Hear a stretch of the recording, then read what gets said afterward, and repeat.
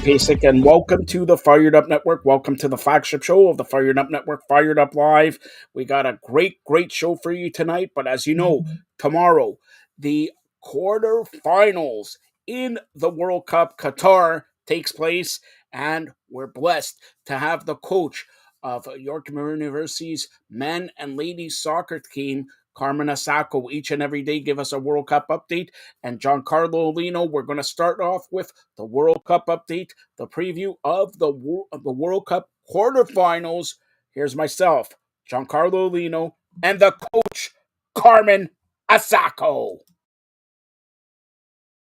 Hey everybody, this is Joseph Pasek, and welcome to the Fired Up Network. Welcome to the flagship show of the Fired Up Network, Fired Up Live, and it's the quarterfinals in Qatar beginning tomorrow. Yes, tomorrow morning, quarterfinals. I got the coach, Carmen Asako, and you know it's big. It's the quarterfinals when I bring the one, the only, the sports Gita expert. He writes every day. I try to get him on. Oh, I'm busy writing.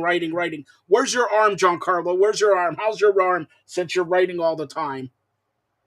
Oh, it's great because I'm typing, so it's Typing, writing, same shit. All right, enough of you. All right, uh, I'm Spanish. We have Moroccan in our family. All right, Carmen, I'll start off with you because I tend to gloat about Italy not being in the World Cup. So I'll give you your 15 minutes to gloat about Spanish. Can't score a goal. They can never score. They can all these Spanish people can't score anything. They can never score. Uh, well, I mean, we talked about this pregame that it's going to be difficult to break down that Moroccan group, and it's not like the Spanish have been, other than obviously the Costa Rica, have been clinical in breaking them down and have what they used to have in circa 2010. And we talked about the Morata factor, which never came to fruition. He didn't start the game. Obviously, he relied on the Daniel Olmo and Pedri to get the job done, and it wasn't it was exactly what we expected, um, and the Moroccans probably had two clear cut chances to win it in regulation, and it wasn't, and the last action in overtime, Saliba at the back post, he nicked one off the post, but there wasn't just not enough penetration, not enough threat from the long range shot. It was just not enough, and again, we talked about it. It wasn't surprising, and Morocco, good on them to get the penalties, and the Spanish were horrific in the penalty shootout, and they just didn't do enough to win. All right, Giancarlo, I know you're going to gloat because I throw it in there because you're Italian, you're the youngster. See, can't you be like Carmen? He takes it, I gloat. He doesn't give me any shots, but I know you're going to give me a shot faster than Phil Kessel eating a hot dog. Go ahead. yeah, Spain after that first win, it looked like All they were right, going to win enough the time World Cup, there. Enough seven time for giving goals, shots, and Giancarlo. they're already planning the World Cup parade, the route, the celebration, and just like last July in the Euro Cup, they can't win in the penalty shootout, so they're going home. Morocco's been a nice story, and I think it's just opening people's eyes here that Canada maybe they weren't as bad as some people made it out to be. Maybe it was just they had the group of death. Like Croatia, Morocco, they're both on now to the quarterfinal. They also had Belgium with one of the best midfielders in the world. So I think Canada can hold their heads up high a little bit higher now because they had a tough group now, and Croatia and Morocco's results are proving it. See, I was going to deport him back to Italy, but because he said something nice about Canada, you could stay since I'm the president of provinces of Canada. All right, enough. Friday, 10 a.m. Croatia, Brazil. I'll start off with Giancarlo in this one. Who do you call? Who do you like in this one? It's going to be really tough for Croatia to beat Brazil with the kind of depth they have in their attack and Thiago Silva back there, just what he's still able to do at his age on the back line and just being a leader that he is. I think this is where Brazil's going to move on to the next round. I don't see Croatia advancing. It'd be a nice story for Modric to get back and maybe make a run at another World Cup, back-to-back World Cups at this stage of his career. But I see Brazil winning fairly comfortably. All right, give me the score and don't give me nothing. It's nil. Again, anybody, and Carmen, listen, if you don't say nil All right, I'm gonna fine you every time you $1. You're in a fine. I need haircut, a new Christmas cut, and all that. So what's the score? I'm gonna go 3-1. I see Croatia getting a header somewhere near the end of the game, but I think it's gonna be a comfortable win for Brazil. All right, go ahead, Carm. I agree with Giancarlo. The Croatians have, got away with moments that they probably didn't deserve to get away with, and they have been masters at managing games. But this isn't, no, this isn't the misshooting Lukaku or even taking getting through in penalty kicks in the round of 16. I think the Brazilians are too clinical right now. Their tempo change in the final third is in the box is amazing. I think they're running on all cylinders, and what we talked about all the time is their main scorer is on fire. Like their number 9, Richarlison, is on fire right now. And although we've seen it in the past with Croatia sputtering through all the way to the final, finding ways to win in PKs, I think that this Brazilian team is just too dangerous all over the field. Even without Jesus, they still have incredible depth to come off the bench. And needless to say, they're not and Neymar looked fit and healthy. So that's another weapon that will be a little bit better in the next game. So they're just going to have too much to break down. And do the Croatians have the ability to press the Brazilians higher up the field? Haven't shown that yet. So unless they get that, unless they kind of get them out of their comfort zone, getting into that final third, I think they could be in trouble. Because right now the Brazilians are just relentless and just ruthless in front of that net. All right, what's the score? I'm gonna say, I think a 2-0 or a 3-1 makes sense. I think it will be comfortable. I thought I would get $1. Even Carmen doesn't make mistakes. All right. So then Friday at 2 p.m., Netherlands, Argentina. I'll start off with Carmen this one. What a great game. What a great game. I mean, not only the history of it, but I think the Netherlands have kind of earned the right to get in there. And they're not vanilla anymore. The Netherlands for a long time have been vanilla, you know. Just there, not a lot of fluff, and I think that helps them because they don't have fluff in the right places. Van Dijk and Ake and whoever they put in on that right side right now, the young Ajax player has been amazing in the 3. Daley Blind looks like his old self, you know, and I think that Dumfries has been a powerhouse. And obviously up top with Depay and Gakpo, and Frankie De Jong kind of pulling the strings, and everyone else kind of working hard. I think this team is going to have to outwork outwork Lionel Messi. They have to be cognizant where and when he gets the ball. And I just don't think that the supporting cast for Argentina, whether it's been Di Maria or whether it's been the young Manchester United striker, it just hasn't. Manchester City striker. It just hasn't been enough of a supporting cast. DePaul has been, okay.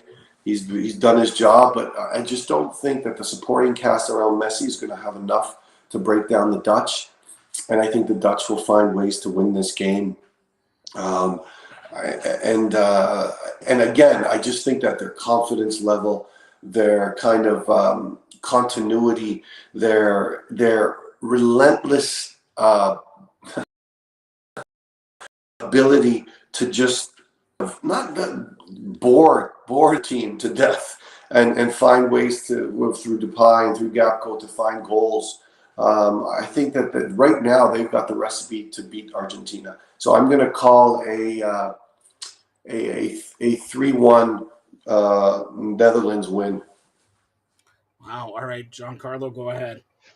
Yeah, I agree. I actually think this might be an upset here. I think it's going to be 2-1 though. I think it's going to go down the wire, and I think the Dutch are going to park the bus once they go ahead there and have Argentina that sense of urgency in them. But like Argentina, it's nice that they're here and all, but like who did they really beat? That is a huge statement win. Australia, where if the goalie didn't really make that mistake there, what kind of result are we talking about? We might even talk about them going to extra time, maybe a penalty shootout. So I wasn't so impressed with that performance out of them. I know it's all nice and all praise Messi and all that, but the rest of the team has to show up too. And I just think that Argentina, there's some signs here of a collapse waiting to happen, and I think it might happen against the Netherlands.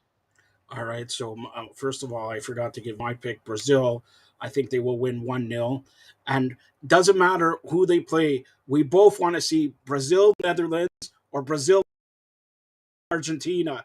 If you got your started with Carm here, would you like to see Brazil, Netherlands, or Brazil, Argentina? I know you picked the Netherlands, but for the sake of football, let's put it that way. Which would One be a better matchup? 1,000% Brazil Argentina. And I was ruining the fact that we couldn't get Brazil or Uruguay in the round of 16. Yeah. Crazy. But yes, I would love to see Brazil Argentina. All right, Giancarlo.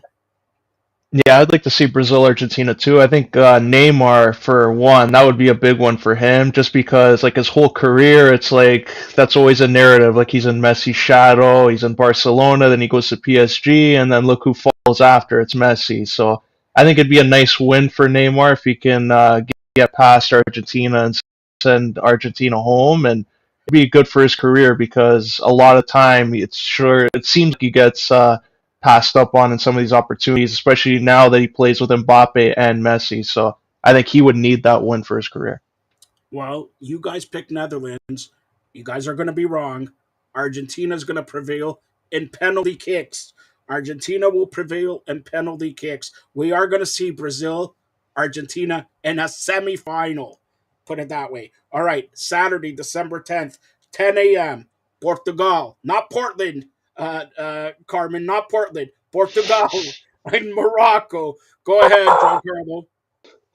Yeah, this one would be another upset. I would love to see if Morocco could pull it off and go to the final and have this amazing run that no one expected going into the predictions for the tournament, and they can play for a World Cup. But I think Portugal has a little bit more depth in their attack that I don't know if Morocco can handle it. I think everyone's making a big deal of Ronaldo not celebrating with his teammates, but everyone's forgetting like that scene. He's supposed to celebrate like he won the World Cup. Like he's been there before.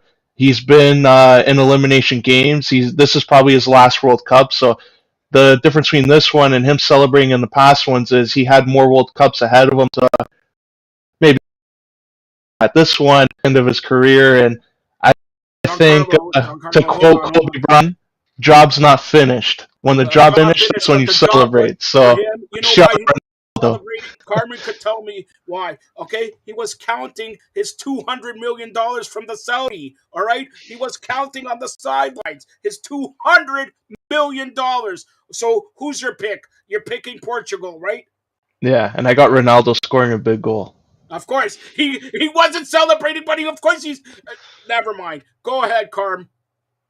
Well, I think the rotation. Let's see what the old Wiley manager does this time. I think his rotation, whether it was because of disciplinary reasons or any other reasons, I think it's going to happen again. I think we'll see Ronaldo starting, and then Giancarlo. I think he did celebrate with his teammates, especially the first two goals.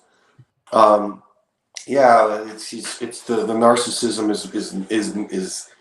is making me ill, and I'm sure it's making everyone else ill. But as far as his ability to have an impact on this game, I do agree that with Giancarlo, he will have an impact, but it's going to be tough to leave Ramos out. He was on fire, scored great goals. I don't know if they keep him in somewhere, but or he will also have his print on this game as well. But who knows when? But I do think Ronaldo will start. I think that Bruno Fernandes and Bernardo Silva and that and Joao Felix, who for me has been underwhelming, are William Carvalho, and that group has been very solid, very solid, and I think that the Portuguese will find a way to win this game. I think that they've they've rotated fantastically. I think that you'll see a lot of players that played in the first game come back into the mix and play this game as well. Pepe, at almost 40 years old or 40 years old, I think it would be a big ask for him to come in and play again. So I think they have a lot of depth, a lot of talent, and it's going to be interesting. I think the way he rotated the last game is going to be the reason they win the next game.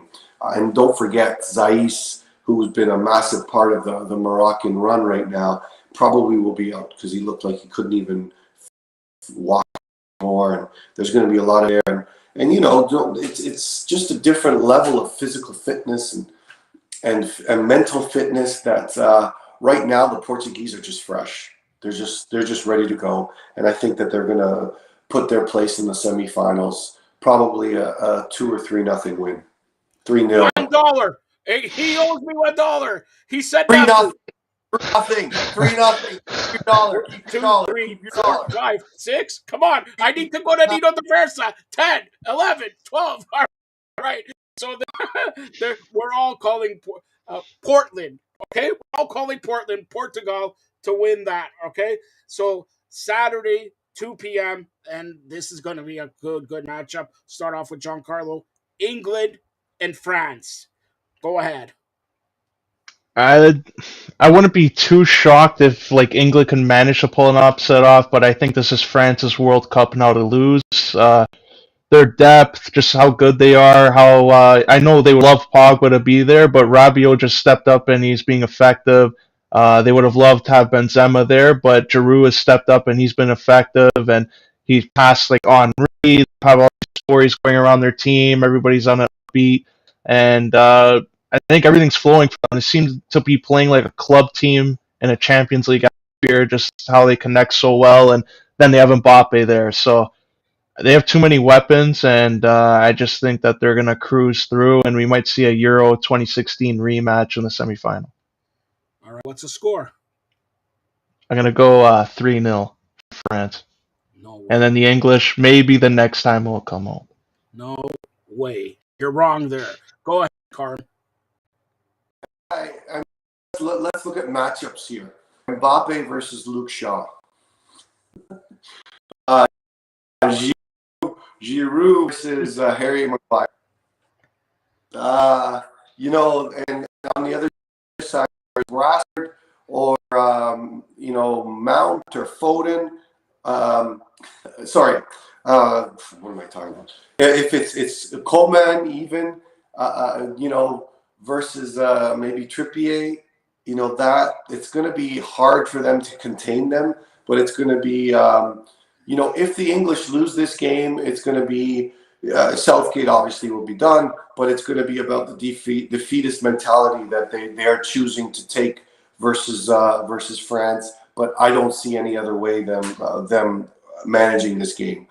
So it just seems to me a too tough a task for the English, even in the midfield. I mean, that is where you're going to get a little bit of parity.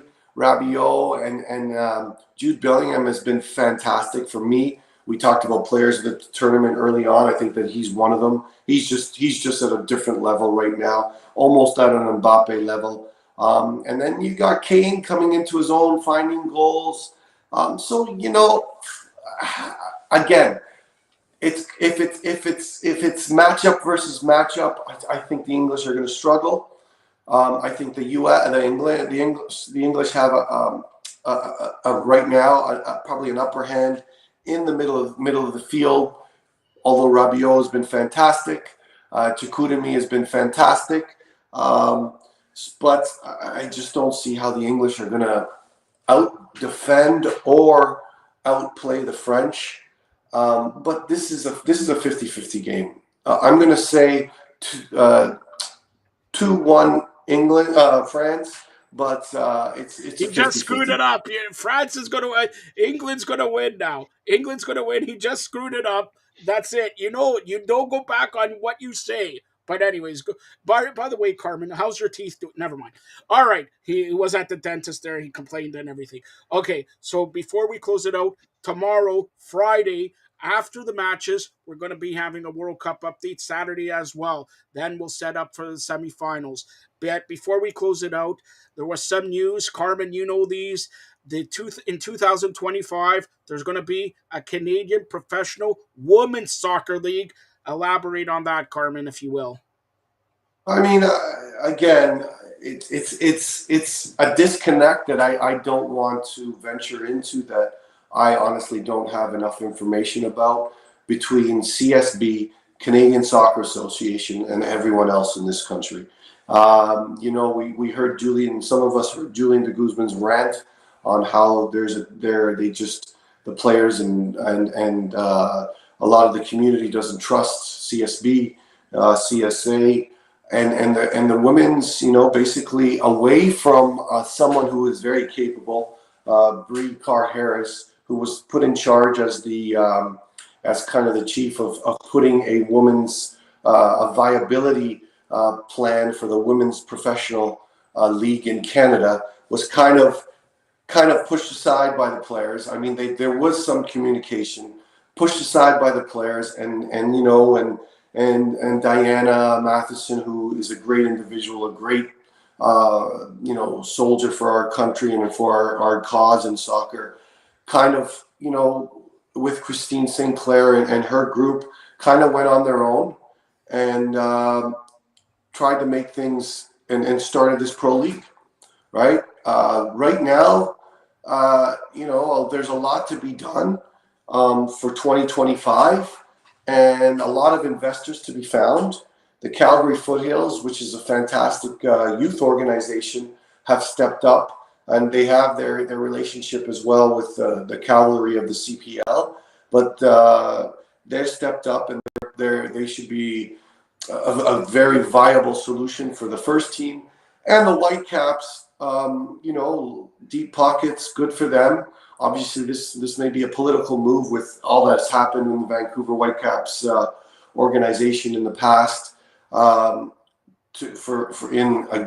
against women in soccer. But now I think this is them taking a stand and owning up and kind of trying to clean up their image. But it's for an amazing cause, and there's a lot of good backing with them. I just hope to God that Diana and Christine find the ability to work with Bria Carr Harris, who's a fantastic individual, who just wants the best for the game, and will add so much if these two groups came together.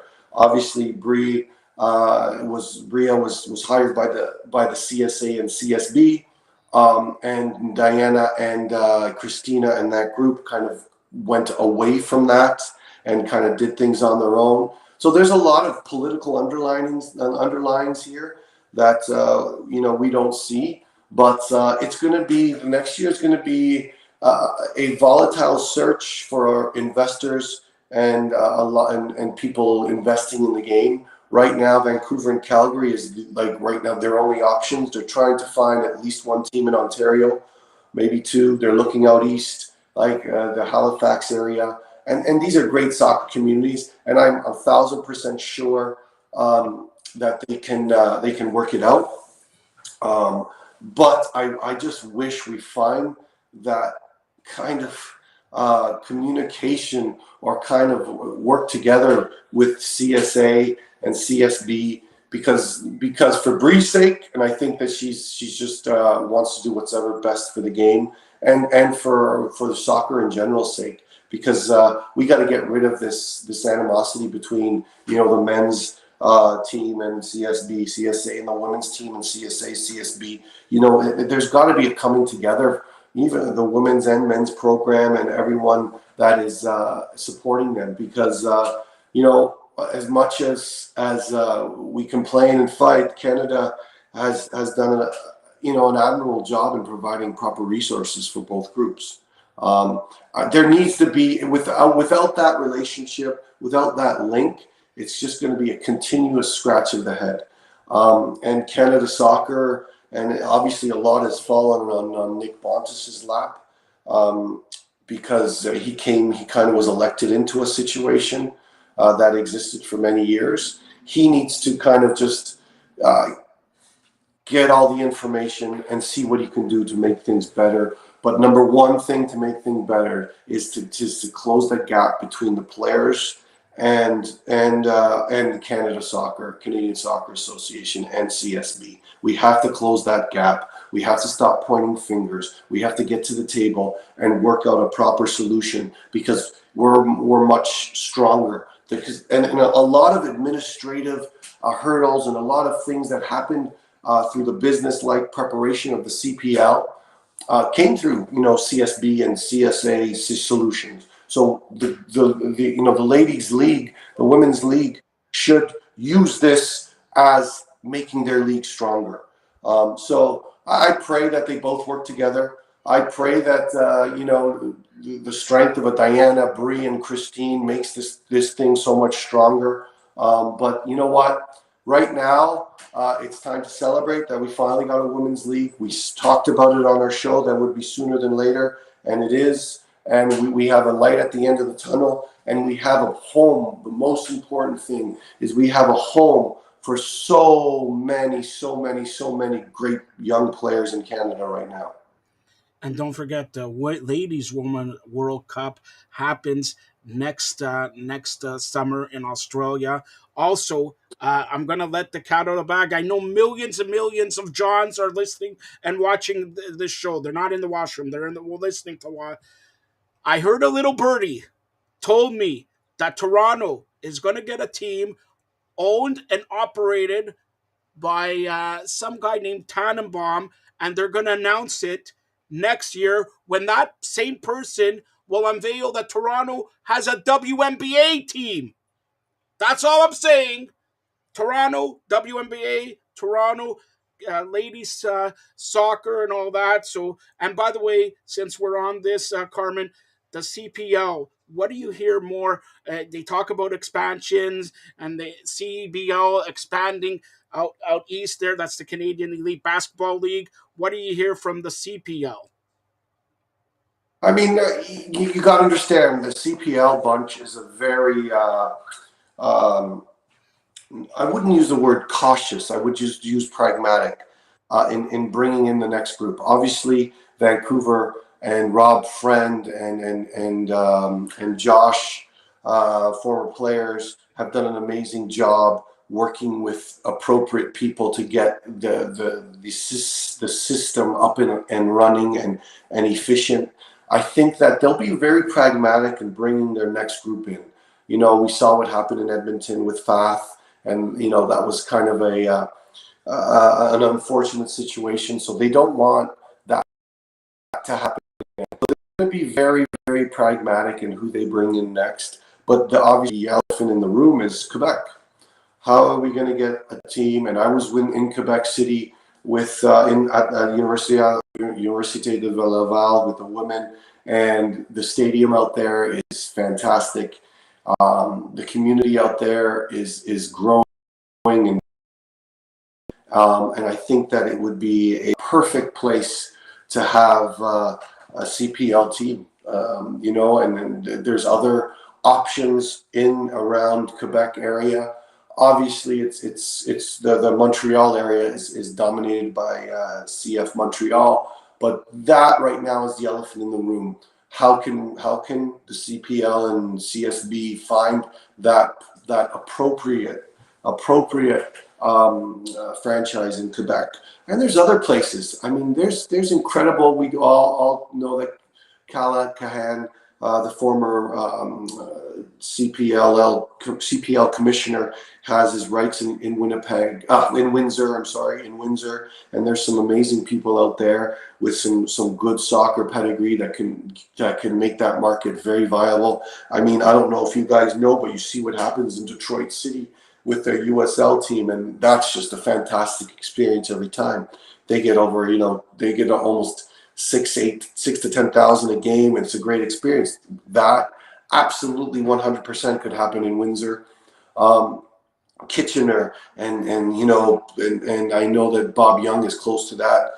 franchise as well, and I think that they're trying to put things in place for a new Kitchener franchise, which is a fantastic soccer community as well. And there's so many. The list goes on and on. And right now it's important to support the local game, the League Ones, League BC League One, Ontario League One, the PLSQ, those leagues that are that are going to be kind of the guinea pigs for the next levels for CPL. All right. So, and we touch on CF Montreal. Giancarlo has been stunned there. He hasn't said a word, but Montreal losing their coach to the Columbus Crew. Giancarlo, you want to add anything into it? Yeah, their coach losing a few players, probably more. So their whole management, at least they're getting a return on their investment.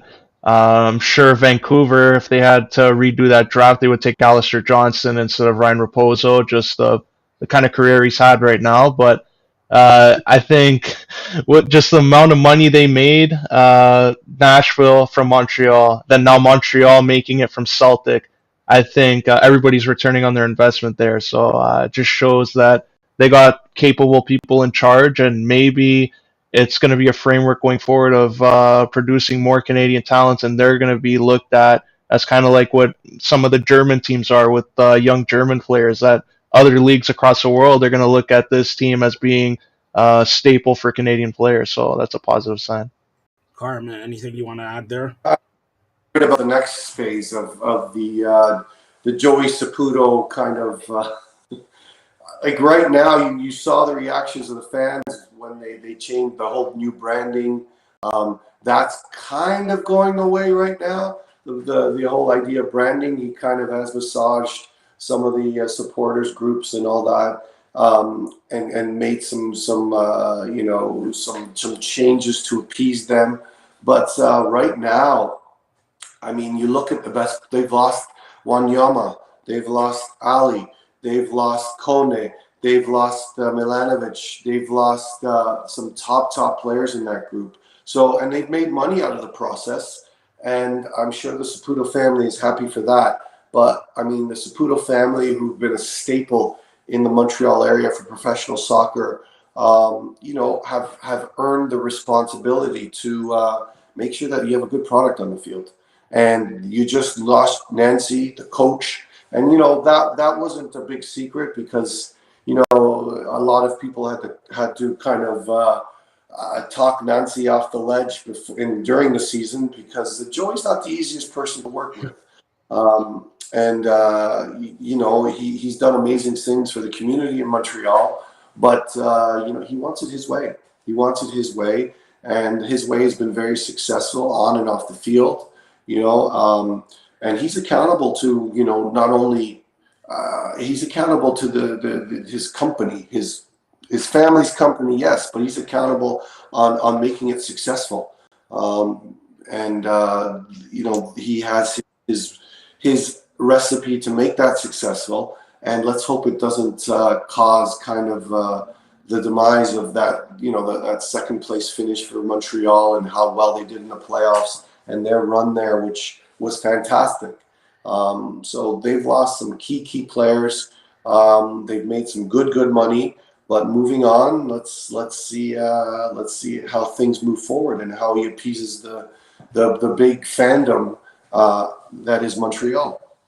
All right. So we're going to close it out. We're based out of Toronto here. A lot of rumors. Sorry, Joe. A lot of rumors that Bobby Smirnos is going to is one of the front runners to take that job in Montreal. In practical sense, that makes absolute sense.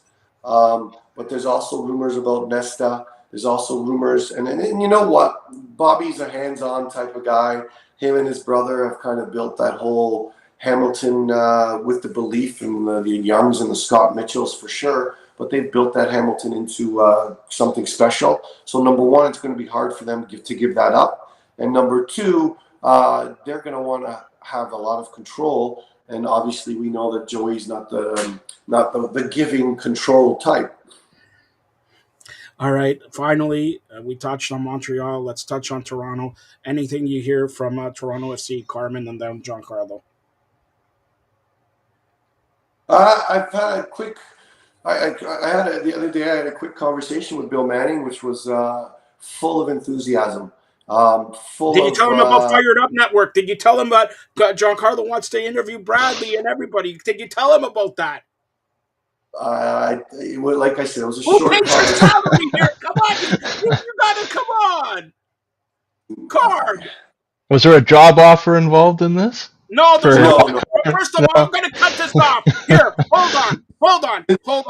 If there's and ever, it off because I went, and he's just full of enthusiasm, full of moves. Obviously, they've got a lot to do. They've got a lot of room to do it. So we'll see what happens. But honestly, you know, I know I go a little bit back with Bill and from my Milwaukee Rampage days when he was the GM at Minnesota Thunder. But I think that's you know everything was really really positive. So I'm expecting big things. don't lie, Carm. All right, Giancarlo wants to know, and I'll tell you. But No, no, hold on. You you you know you asked him. before. Hold on, I'm telling you.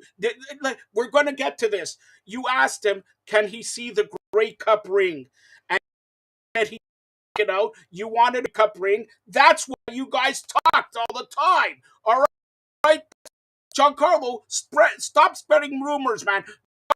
Stop it already. All right, Carmi, the Leafs play the Los Angeles Kings at the Scotiabank Arena. Your pick, Carmen Asako's pick of the day. Giancarlo, bet $5 on it. He owes me 10. Go ahead. Marner got his what Yes, he got his Mitch assist. Marner. And He's at another Mitch Marner and Matt Murray. 44 saves against Dallas. M&M's. Never tasted so good. yeah.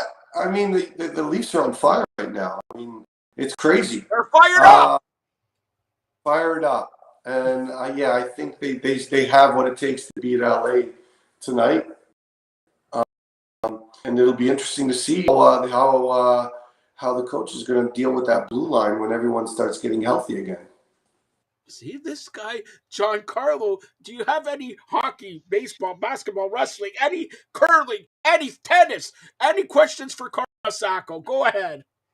It's more of a comment. All the Mitch Marner haters are a little silent as of late, I've noticed. What happened, all that talk of, oh, he's not good, trade him, he's a cancer to the team, he can't hit, that's what wins games apparently, not goals. So I find it ironic that everybody's praising him and in Twitter and everything and all their articles in the media, but 3 months ago, there was a different tune. So I'm sure he has a lot of receipts that he's going to be sending out to them when the Leafs eventually have success, and he's a big part of it. So backing Marner once again because he's a big part of that team, just as big of a part as Matthews is.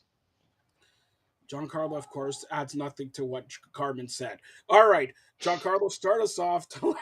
Tell everybody how to get a hold of you. Yeah, you can follow me on Twitter at John_411, Instagram at Giancarlo_Alino. Check out my articles on FiredupNetwork.ca and Sportskeeda.com. Check out my recent interview with Bellator interim bantamweight champ Rufian Stotts, who fights on Friday. And yeah, if you're in Toronto, check me out on Vibe 105, where in the coming weeks we have a couple more guests, so tune in there. All right. And Carmen Asako does not want to be reached, but we can reach him at Nino Daversa this weekend, where he promised he owes $15. He's going to take me out for that meatball sub and everything like that. All right. And his pick of the day is the Maple Leafs. You got nil chance. Me meeting you at Nino Diversa. Nil, zero chance. Zero chance. Wait. Say it right. Say it as John Freeman Nelson, Nino Daversa. All right. You're going to take John Freeman Nelson out for Nino Daversa? If I see John Nelson in Toronto, I would love to take him out. Well, Hold on. The guy cuts from Atlanta, and you want to take him out. What about me and Giancarlo? We're from Toronto. You don't want to take us out? Well, that should tell something about yourselves. All right. Stay tuned for more great programming here on the Fired Up Network. Thanks a lot, guys. Thanks. That was a great World Cup update, preview of the quarterfinals with the coach, Carmen Asako and Giancarlo Lino. Giancarlo Lino will be back later on tonight as we talk wrestling, and we do a lot of talking about wrestling, previewing two pay-per-views, NXT Deadline and Ring of Honor Final Battle, as well as UFC 282 and Bellator 289 pay per views. And of course, just looking at the Leaf game here, 2 minutes left in the first period. We are scoreless between the Toronto Maple Leafs and the Los Angeles Kings. Toronto Maple Leafs, Los Angeles Kings, scoreless here um, also. So, as mentioned, we got sports fluent Anthony K here. Anthony K is going to do crunching the numbers for us. Anthony K, a big part of the Fired Up Network, and you can check him out on his own shows there. But crunching the numbers is going to come up right now. Here is Anthony K.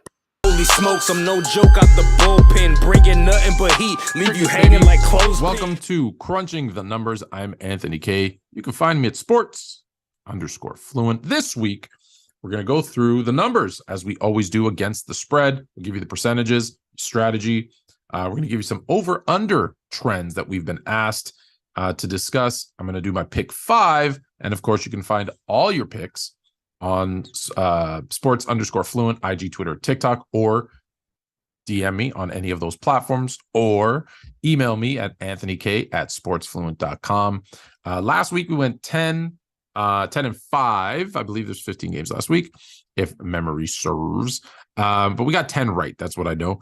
There might have been 13 games. I just count the right ones because, like any good shooter, you forget your misses. We got 10 right last week. So, and then, like I said, we're going to do our top 5. So here we go. We're going to start right off the bat. Against the spread, away teams, it's changed a little bit.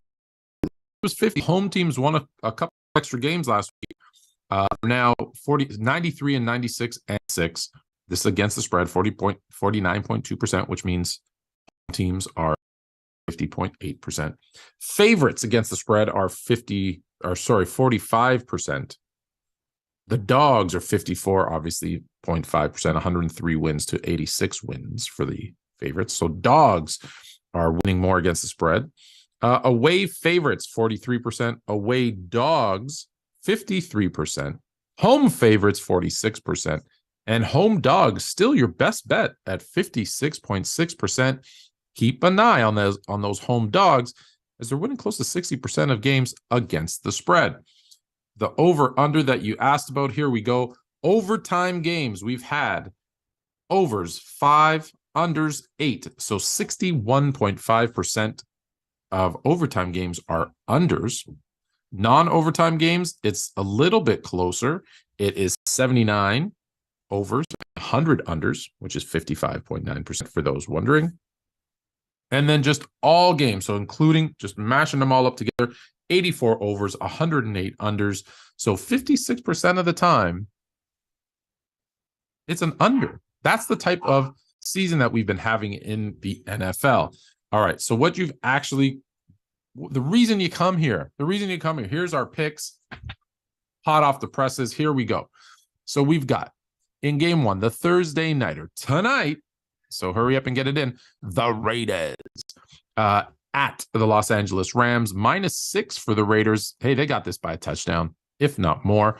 I'm taking the Raiders. I'm taking the favorites on the road in this one. Then you got the Bengals hosting the Cleveland Browns. And the Bengals are also -6. Deshaun Watson's second game. It's a divisional game. They're going to put up some more points than they did last week, but I'm going with the Bengals -6. They're good for at least winning by 10. Houston. So here's the one I say proceed on the caution.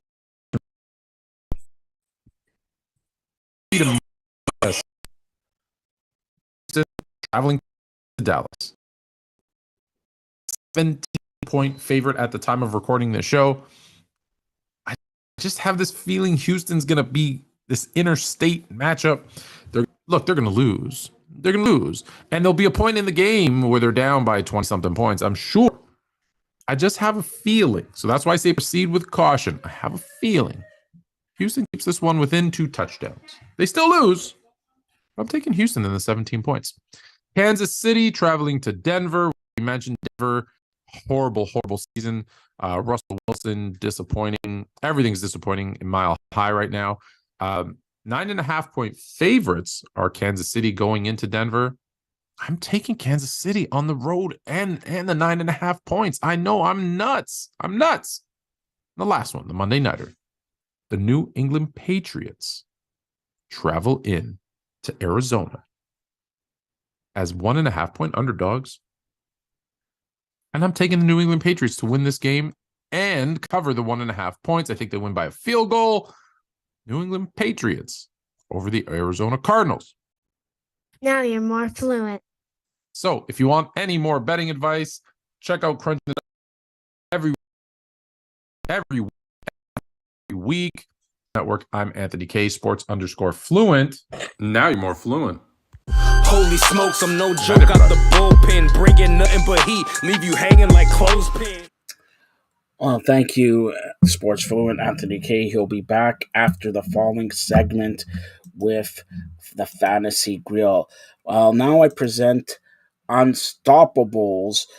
Derek Bowles, former basketball player, and he's been a big part of the Fired Up Network. This week, well, it's an very interesting guest he has on the show, and we're going to get to it right now. Here's Dick Bowles with Rick Grunden. Hi, I hope everybody's having a great day. I'm excited to have a really phenomenal person, a phenomenal guest on the show today, Unstoppables. I would like to introduce you to Rick Grunden. Rick, how are you doing, brother? I'm doing fantastic. I'm so grateful to be on here with my friend. It's been a long time coming. Yeah, absolutely. And, I always love when we get a chance to connect. We've done a lot of good things together, been all over the world together, LA, you name it. We've done a lot of phenomenal things. But I really would like you to, this show is really about financial resources, right? Financial support, financial help. And I kind of want you to give a little bit of background of what it is that you do. Man, I give cash. That's my whole thing. Is I give cash. I find ways to find people that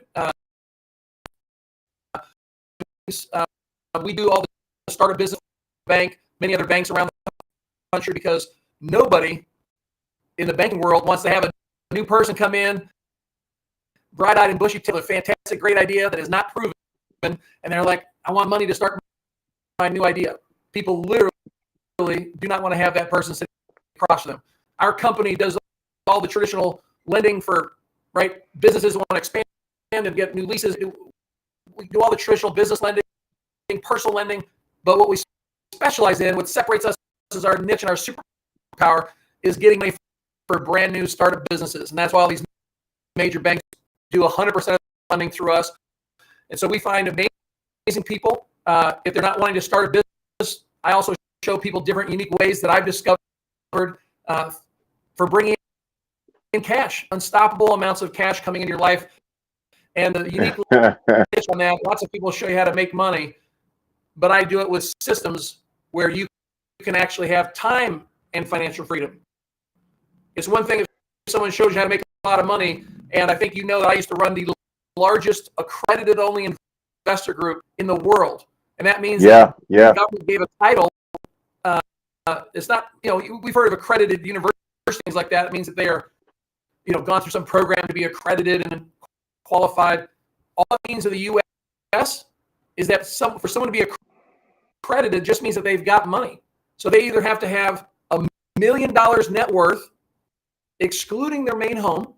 This is a new law that was put in by Obama saying, for that couple their home years ago for $300,000 and now it's worth that doesn't qualify you. You have to have dollars net worth excluding your main home, or make $200,000 per year as an individual for the previous 2 years, not new money, but previous 2 years, and expect to make the same or greater than the current year.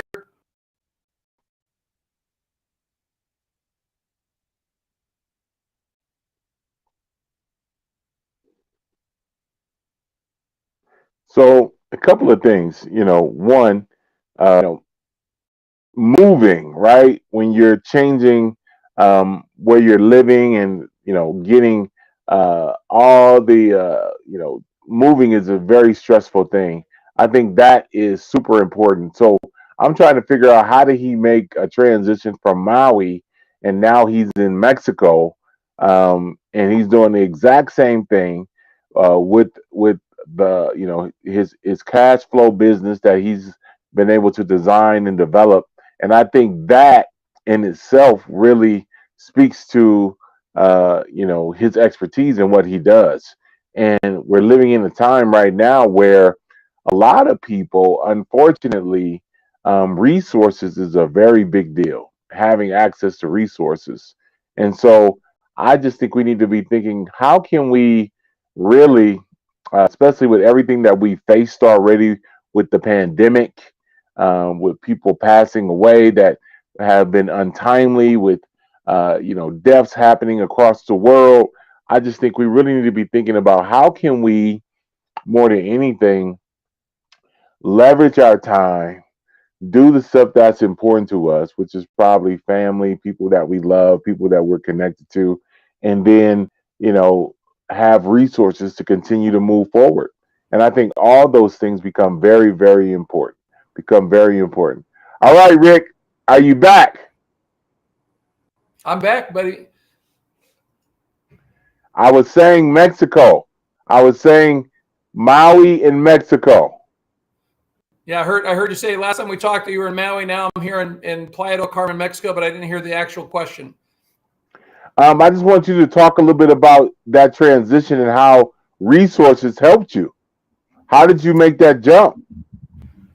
Yeah, the great news about having money, time and financial freedom are the two most important things to me, besides obviously health is the number one thing. The reason I can live anywhere I want in the world. I had a house designed and built in Thailand, living on Maui, before that Oahu, the Costa del Sol along the southern part of Spain, literally swimming in the warm water in the morning, skiing 90 minutes later. It's like being able to choose the most amazing places in the world to live. And I lived in Playa del Carmen before the pandemic happened, and they started closing the beach and the border, and I left, but I'm grateful to be back. And the whole point is that I want to get up and love myself. My health is the most important thing to me. I want to help people, but I also want to love myself first. And the first thing I want to do in the morning is go for a 90-minute to a 2-hour-long swim. I want to stretch. I want to meditate in the ocean. That's my time with God. I'm with God all the time, but out in the water for some reason, no phones, no distraction, no car noise, just floating, swimming, doing my thing. I get all these amazing downloads all the time. And when I get done with that, have breakfast, do some stretching, meditation, it's literally been 2 to 3 hours of time for me. And then most of my contacts start on Pacific time. So that's why I moved back here to be on Eastern Standard Time, so I can get that 2 to 3 hours of workout in and not feel like I've missed the entire day. And I can serve a full 8-hour schedule if I want to, only if I want to. So that's the big thing about being able to go be anywhere, do anything, and I choose to be here. Well, and that's powerful. And I want to add to what you're saying because, as you know, health is very important. You already know a little bit about my health journeys, which is why we haven't had a chance to stay connected. But I just want you to really, kind of break down just forms, steps so that people can understand how to get engaged with what you're doing. How do people get engaged? Well, the biggest thing that people do is whether they already have money. Many people come to me that already have money. We're not talking about big money. We're talking about, right, $500 to $10,500. It's not like this go buy a house money or go buy a new car money. It's like used car money at best. And a lot of times we can provide the money at 0% interest for them. So the first step I have people do is, well, I want them first to go through our 7-step presentation program, where I don't know if you've ever had to go to a timeshare presentation. My family had a timeshare when we were kids, and we loved it. We used it. We loved it. But it's got a negative industry thing where timeshare presentation. I think your time is super valuable. Everybody's time is the most valuable asset we have. And how I found that out was when I was in a near death situation myself. Told me, we've already scheduled you for a double leg amputation. You've already lost your legs. We're just trying to save your life. And I looked around the room to find out who the hell they were talking to. And they're like, I'm talking to you. And I was just sitting there like, I feel totally healthy. But I didn't even tell my mom. I didn't tell my own son. I didn't tell the love of my life that was, just a few minutes away from me. I didn't want them to be worried and scared. But I'll tell you what, it was a moment of finding out what the most valuable asset in my life was time. All of a sudden, it's like they're acting like my time was going to be shut down. I'm young and healthy and vibrant and alive. And so time is the most important thing to me, and you cannot buy it. So when I ask somebody to go, even if it's for their own benefit, right, and I ask somebody to go spend some time, it might be an hour. Now, we go use an hour to go watch a TV show all the time or go watch a 2-hour movie all the time. That's entertainment. I'm not talking about entertaining you. I'm talking about wanting someone to spend an hour with me, not with me, but my system online, so I can be out playing and swimming and doing the things I want to do. We've got a system that's been created over 20 years of success that walks people through a step-by-step process. And at the end of it, either they know they want to participate with us or they don't. It doesn't cost anything except time. And I want to reward the people on your podcast and any of your friends for their time, just like in the timeshare industry. When my family went to get a timeshare, we were poor. We didn't have money. My mom insisted that we all go, and even had my dad had to go. It was a requirement. Got to have the husband and wife there, because we just had to sit through the presentation and we got a vacation, right? They can afford to give away these amazing vacations because, right, they're going to have some people come through the presentation that weren't expecting to participate, and they end up buying a timeshare. We're not offering timeshares here, but the same principles applied. All you have to do is come through and take your time, invest an hour, middle of the night, end of the day. It can be 24 hours a day. It doesn't matter when, but if you invest that hour, we are literally going to be giving you an amazing choice of vacations. 125 locations around the world, including Australia and Thailand and Hawaii, where I just came from, all over the United States. Easy to drive to nearby, possibly a plane trip if you have to do that. But the point is, you don't have to buy anything or participate with us. It's literally just an exchange for your time. So that's what we're going to be doing for all your wonderful guests, and anyone that they want to forward this information on to will get the same thing. They don't have to be listening live on the podcast or getting it repeated. They can share it with their friends, and they can also get an amazing vacation themselves just by going through the system. Now, Rick, first and foremost, obviously, it's a powerful, concept, powerful idea that you have, and in getting people engaged and not taking much of their time to just really see if it's an opportunity for them to generate some cash flow, right? And that's fair. But I really want you to take a little bit of time, because as of late, I want to make sure I communicate this. I've been meditating more than anything, and it has been powerful for me. And very, I like to talk about God in my meditation, because I do believe that there's a force bigger than all of us that has his hand on everything. And so I feel like it's God giving me insight, inspiration, ideas, and next steps. And that's why I wanted to have you on the show. But I really want you to talk about your meditation and some of the ideas and inspiration that you got from just meditating? Amen. Well, I was in a situation of being on top of the world financially, time freedom, loving what I was doing, contributing to the world in such a way. I didn't know anybody that I knew that had a better life than me. I'm sure there's always somebody, but as far as I was concerned, I was just checked off on all the boxes, had a beautiful son, beautiful life, wonderful parents, all that kind of stuff. And I was in a domestic bank scandal, domestic meaning America, not some, offshore craziness or something like that, where the owners of the bank stole everyone's money. And Wow. I came in from a lunch, assistant smiling, and he's handed me 5 messages. I was on a 2-hour lunch with some clients, having a great time. And I see one from my mom, my son, a couple other people I knew. But one of them was from the FBI. I ended up getting on a phone call. They asked me to be on a call the next day. And I'm sitting there like, I've got no issues to be ever worried about getting a call from the FBI. I've been asked to be a witness for the FBI numerous times. The SEC, the IRS, I've been flown into 26-member grand jury, to be a witness for them. So this is not a threatening phone call. I just pick up and call. When I got on that call the next day, they told us, everyone on that call, who were all the bank account holders of this bank, that regardless of how much money was in our account, and I was blessed to have just finished an event, meaning when I present and bring in large capital for different projects, I just brought in over $62.5 million into this bank. Wow. After a 9-day event with people that paid $26,250 for a ticket. I don't take any of the ticket money. They use my company's reputation and opportunity for people to be able to participate in our super high return investments and things. So that's why there was so much money sitting in a single bank account.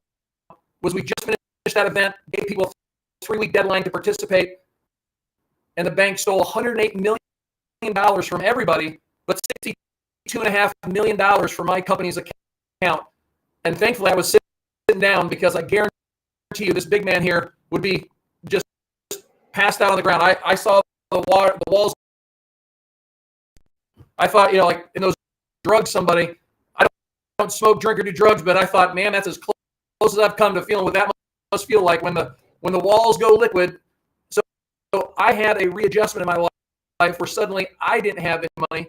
I didn't have it all because of the domino effect of one thing going into another big thing, and it was just a nightmare. I ended up not just being broke, which a lot of people are like, oh dear God, I wish I wasn't broke. I was praying to just be broke, because I was left over $2 million negative, and sitting here just like I only had a few bucks left on a credit card. All my money was eventually, every house, every car, everything. I became homeless. I had to live in the LA shelter. I used to have $110 million net worth. I'm not a dumb guy. Go bad investments. I had my money in a domestic bank and found out that all that is protected in a U.S. bank, FDIC insurance covers only the first $250,000. And when I got that check, which that seems like a lot, but when you just lost $62.5 million, it was nothing. And the woman, I kid you not, when she's sitting there handing me this check, she's like, whoa, you're one of the lucky ones, because the law just changed recently. Before it was just $200,000. So here's that extra $50,000. And I just was devastated. All that money was burned. All that money was gone. I was negative $2 million. And I was praying, I knew this wasn't some, what do they call it when someone has their life readjusted because they've been a bad actor in the world. I never lost my faith in God. I never questioned. Obviously, I knew I wasn't doing anything wrong. So I wasn't like, what happened to me? You must be blessing these people and all these things. Long story short, I was praying about something that I could do. So another thing that happened there to compound the problem was that I also totaled a car with my son in it. My most precious cargo. I wasn't speeding, didn't fall asleep at the wheel. It was a crazy freak accident. I was going 30 miles below the speed limit and still had this crazy accident due to a water-related injury. My point is that I was left as a championship athlete, great physique my whole life, and suddenly I was left 100 pounds overweight.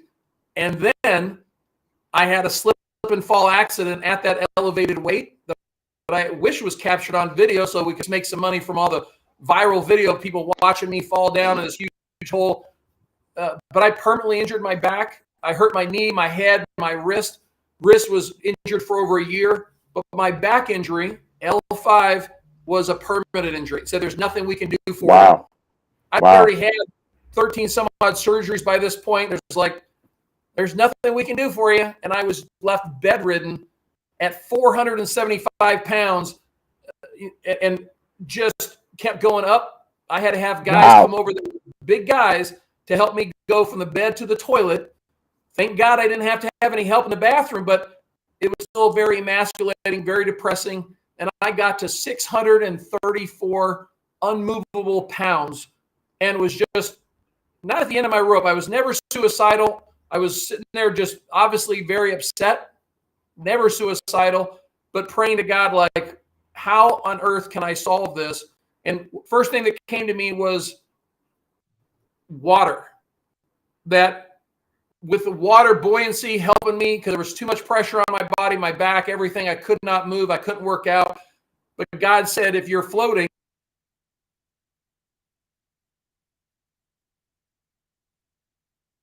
and I got into an infrared sauna. Can you hear me, Derek? Yeah, I can hear you. I can hear you. Okay. So I got into an infrared sauna. I was able to lose enough weight to where I could get into the water and start exercising in the water. And that's when I eventually sat here having a vision to, have you ever seen the Marvel movies with Thor and all these, Captain America and Thor and everybody? Yeah. Uh-huh. It was my dream to say, obviously I have to find a way to make new money. I had everything taken away from me. I wanted to make new money, but I said, wouldn't it be great as long as I'm a favorite son of God and asking, if you're a favorite son of God, Rick, you can ask for anything. And I said, what I'd really like is to make millions of dollars, like going to the gym. I want to get paid to be going to the gym and get my body back to just optimal health. So I need time and financial freedom. I'm thinking Thor gets paid millions of dollars to build up his body to look like Thor in the gym. And I was like, well, I don't want to be an actor, but that's where the prayer started, was asking for time freedom and financial freedom so that I could get my health back and live on this earth a little longer, because nobody was going to be surprised if a 634-pound, 6'5" man did not wake up in the morning. They'd be surprised and say, gosh, but no one's going to be like, oh, I wonder what happened. Like, his heart gave out. He can't pump that much blood to that big of a body. Like, no surprise. So I knew I had very limited time. I was praying for an answer, and I had that answer given to me, was leveraging people that were way smarter than me. I didn't have to use my genius. There was people that had created something called a funnel, right? A step-by-step process to guide someone through a series of information that at the end of it, they could make a decision to participate or not. And they had a marketing team that did over $10 million worth of ad spend, meaning these are the best of the best as far as driving targeted traffic to that funnel that drives people through the information process. And at the end of it, I said, well, okay, so I got a bunch of leads coming through, but what then? They said, we've got people that are going to be sitting here answering. The story was that I ended up moving to Oahu after getting the money together. I leveraged the only thing I had left was a giant wood carving from Thailand, and I was able to leverage that in order to get funding so I could participate in this activity that I wanted to participate in.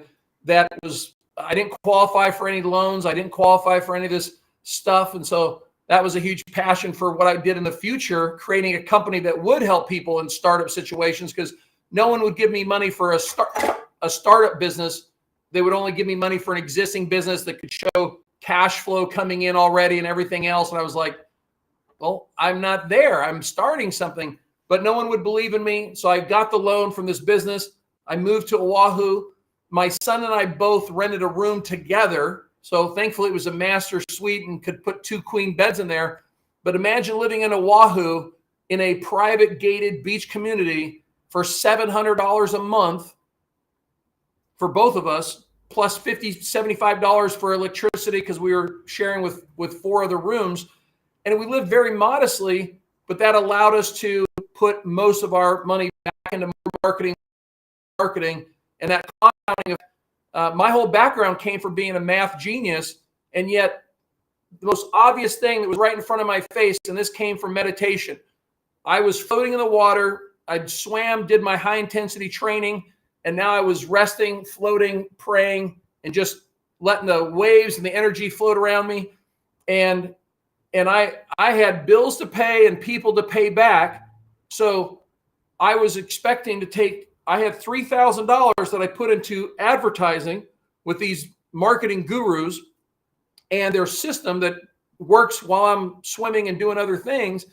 And I said, oh, I'm going to, they said I could probably make 3 times my money as an estimate, rule of thumb based on past performance. I was like, 3 times in a year? And they said, no, in a month. And I was like, oh my God, I said, if I put in $3,000 and made back a total of $9,000, I said, I could pay my total cost with food and everything was a little over $1,200 for phones and food, $700 for rent, $50, $75 for and then food and stuff for my son and I.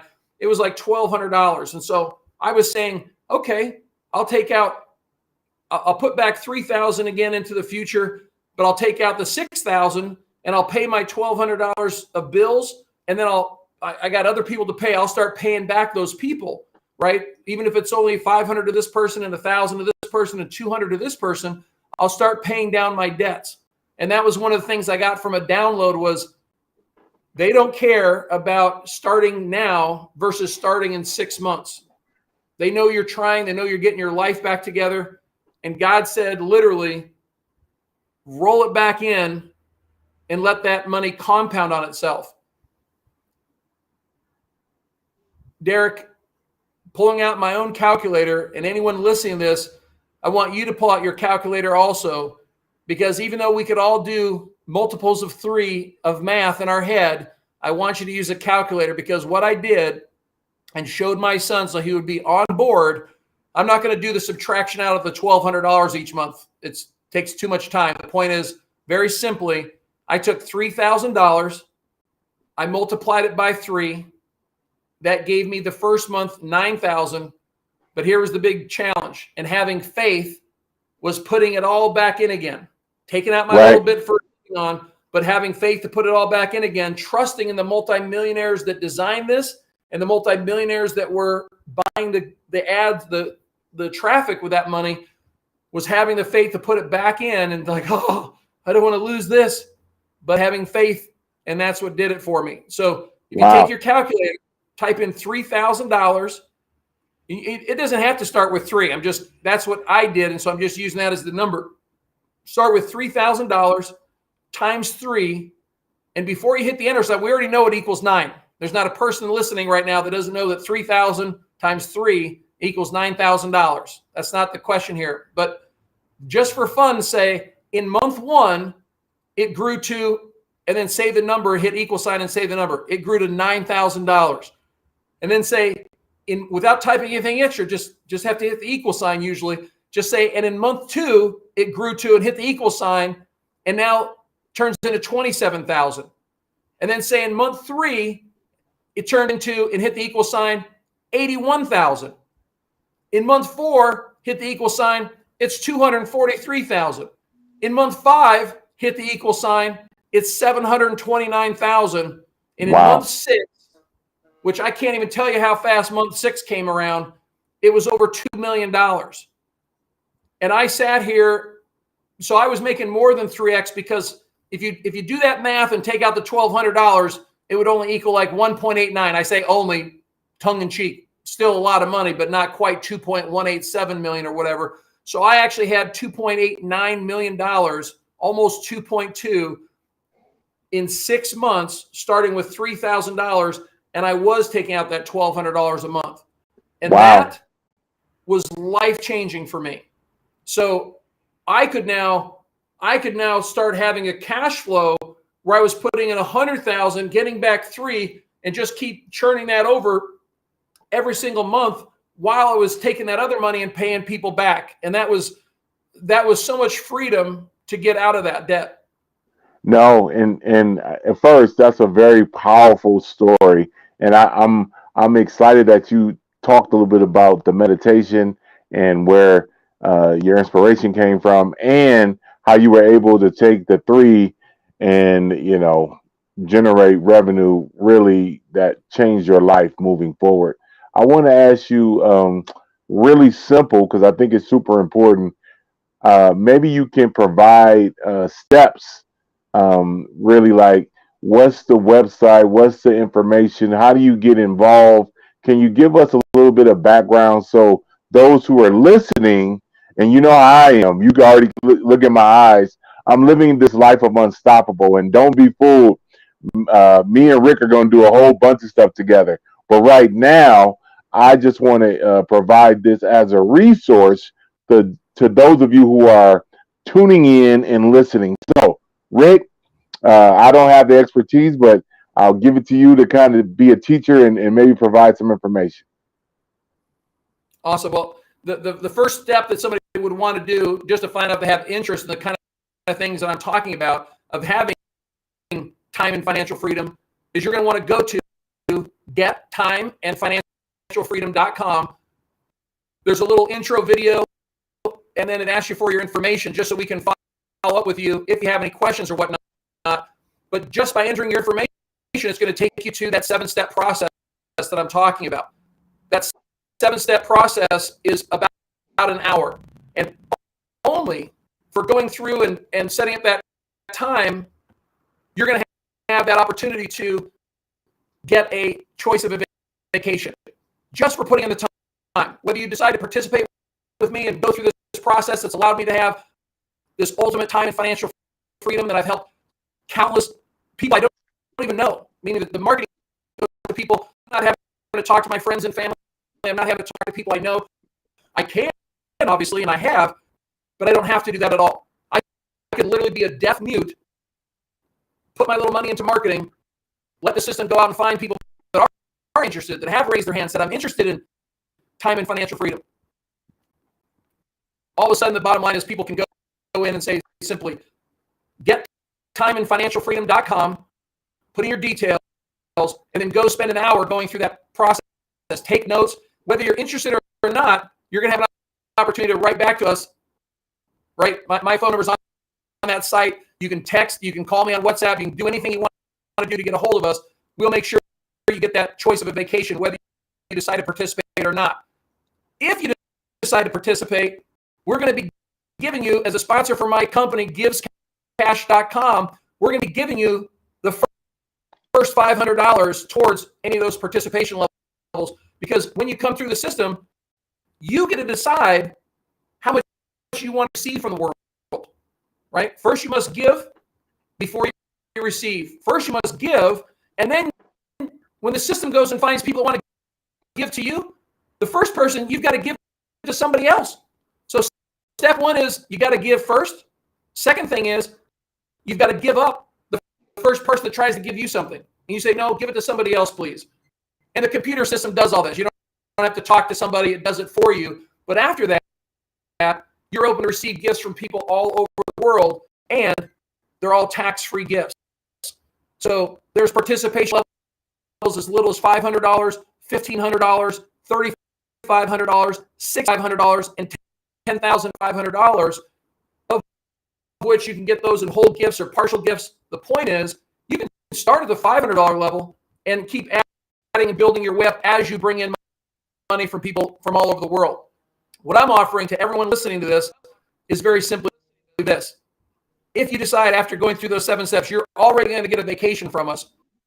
But givescash.com is where I tell you to go to apply for funding so you can buy in at whatever level you want to pay for as that first opportunity. It's not a business, so it's not startup business funding, but my company can give you 0% interest to give that that money if you don't have it to start out with. So you can apply at givescash.com. It doesn't hurt your credit. They'll walk you through very gingerly, see if they can help you. If they can't, still reach out to me because I've got lots of other methods to be able to help you if they can't, right? But here's the promise. 2 things.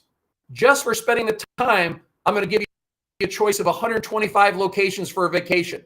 That's step 1, just for exchange of time. If you decide you want to participate, saying, this sounds amazing, I'm going to give you your first $500. Meaning, normally, what was step 1? Step 1, you have to give first. So to activate everything, you would have to give one of those things, 500 up to 10,500. And what I'm saying is, instead of giving me 500, I'm going to check you off as if you did hand me that 500. So whether you're starting at 500 or all the way up to the 10,500, you would be subtracting out $500 of that gift that you would have to normally be giving to us first, because we're going to check you off as our gift to you. And it's the same thing as giving you $500. So those are my 2 steps. 1, go to gettimeandfinancialfreedom.com and go through the 7-step process just to find out if you have an interest at all. Get that free vacation. Second step, go to givescash.com. That's GIVES cash.com. So givescash.com. Again, it does not hurt your credit. Do not prejudge yourself and say, oh, I would never qualify, because the reason why Wells Fargo Bank and lots of other the biggest banks in the world go to us for startup business capital is that we've got ways that nobody else has. That's why we're so top in the world and used by the biggest banks, is because we can say yes when most banks say no, and it's at 0% interest. So those are my 2 big steps there for people to participate. Okay, no, that's great. That's great, and like I said before, I'm excited, and I'm excited that you're at least sharing information for people who realize the importance of having cash flow and the time opportunity that it creates, and the freedom that it creates, and the ability to not have your revenue controlled by a president or a CEO of an organization. And so everything that you're saying, very empowering, very supportive and helpful, and I love your spirit. And so I got one more thing I want to talk to you about, and this will be my last question for our interview today. Talk about how you lost that weight. I mean, I'm looking at your body right now. You look phenomenal. Yeah, your arms look good. You got on, nice gear. And so, how did you lose that weight, man? Because as you can tell, I've lost a little weight too. But I'm trying to figure out, how can we get people who are getting ready to go into the holidays, Thanksgiving, Christmas, New Year's, how can we get them prepared to have a long lasting journey? Yeah, so 90 plus percent. So the reason why I got heavy in the first place was because of immobility. And then, normally let's just say I got mentally weak and put on a bunch of weight, whatever the reason is, I would normally be able to go back to my athletic background and be like, oh, I'm going to go work this off. I'm going to eat right. I'm going to exercise my butt off, and I'm going to get to the result. And I couldn't move because of my back. I couldn't be on my feet. So I sat here, got into the pool. So the first thing I did was I did use an infrared sauna, which is a medical device. So I was able to get a doctor to give me a prescription so they could write it off my insurance plan, and my insurance paid for it. But you don't have to have an infrared sauna. That was helped me because I was so massive, over 600 pounds massive. So they wanted me to burn off me without, because I couldn't get into a pool yet. I couldn't get mobile even to get into a pool. Even the carrier that lifts you and puts you in the pool couldn't hold a 600-pound person. So even the weight assisted thing, they said, you'd have to walk and get in the pool. And I couldn't do that with my body and my back at that time. So I had to lose a bunch of weight first. But here's, for most people out there, there's very few people going to be on the phone call that are 600 pounds or anywhere close to that. So the number one thing that I got involved with, Derek, was something called intermittent fasting, which I'm a guy that grew up on a ranch. We grew our own fruits and vegetables and meat, and we ate 3 main meals a day, but we had snacks, right? So I was eating 5-6 meals a day, incredible shape. And I just thought you needed that in order to live. And so I started doing intermittent fasting, which is a period of time where you have a window that you're eating. A lot of people do from like 12 to 8 or 12 to 6, like a 6 to 8 hour eating window. And that's usually where people start. I started from just a 2 to 6 hour window because I rarely was hungry. I was a very high energy person. So I only ate between 2 and 6 p.m. And then I wouldn't eat the rest of the time, just drinking lots of water. And that for me worked out great. And then I started realizing that, I was eating starting exactly at 2. I would eat, take me about 20, 30 minutes to eat. And then I remember I'd start eating at 5:30 so I could be finished by 6. And I seemed like I was forcing that second meal down. I wasn't hungry at all, but I'm like, I got to eat because my window. And I read about people just doing 1 chew a day. Chew means eating. Sometimes I'll have a smoothie or some kind of blended, drink or something to start the day. Very rarely, but sometimes I do that. But that's what I did. And I just went to 1 meal a day, very healthy meal, making sure that I learned about food combining, that steak and potatoes aren't supposed to go together. I didn't know that my whole life. Always had steak and potatoes, but I would look up and learn a little bit about food combining. And those 2 things are the most things. I just drink water. I've never put a person to smoke, drink, or do drugs. So it wasn't like I had to give up my habit of Coca-Cola or something like that. That's one of the biggest. Soda pop is one of the biggest, whether you call it soda or pop or whatever. Those 2 things are one of the biggest things that they put on lots of excess weight, calories that don't need to be there. But yeah, drinking lots of water. I do drink special water. So I have a hydrogen machine that makes water, but that wasn't a key factor. Just any type of clean water should do the trick, but water's not all created equal. I would highly look into hydrogen water, but yeah, lots of water, moving. So swimming was my movement because I couldn't be on my feet. I ended up getting this near fatal bacterial infection in my feet. So I couldn't even be on my feet, and I still needed to lose weight. And so I was sitting here just being able to get into the water. That was my big love language, was getting in the water. Well, and again, like I said, what you were able to do, and this is why I want to continue to support you and provide opportunities to share information.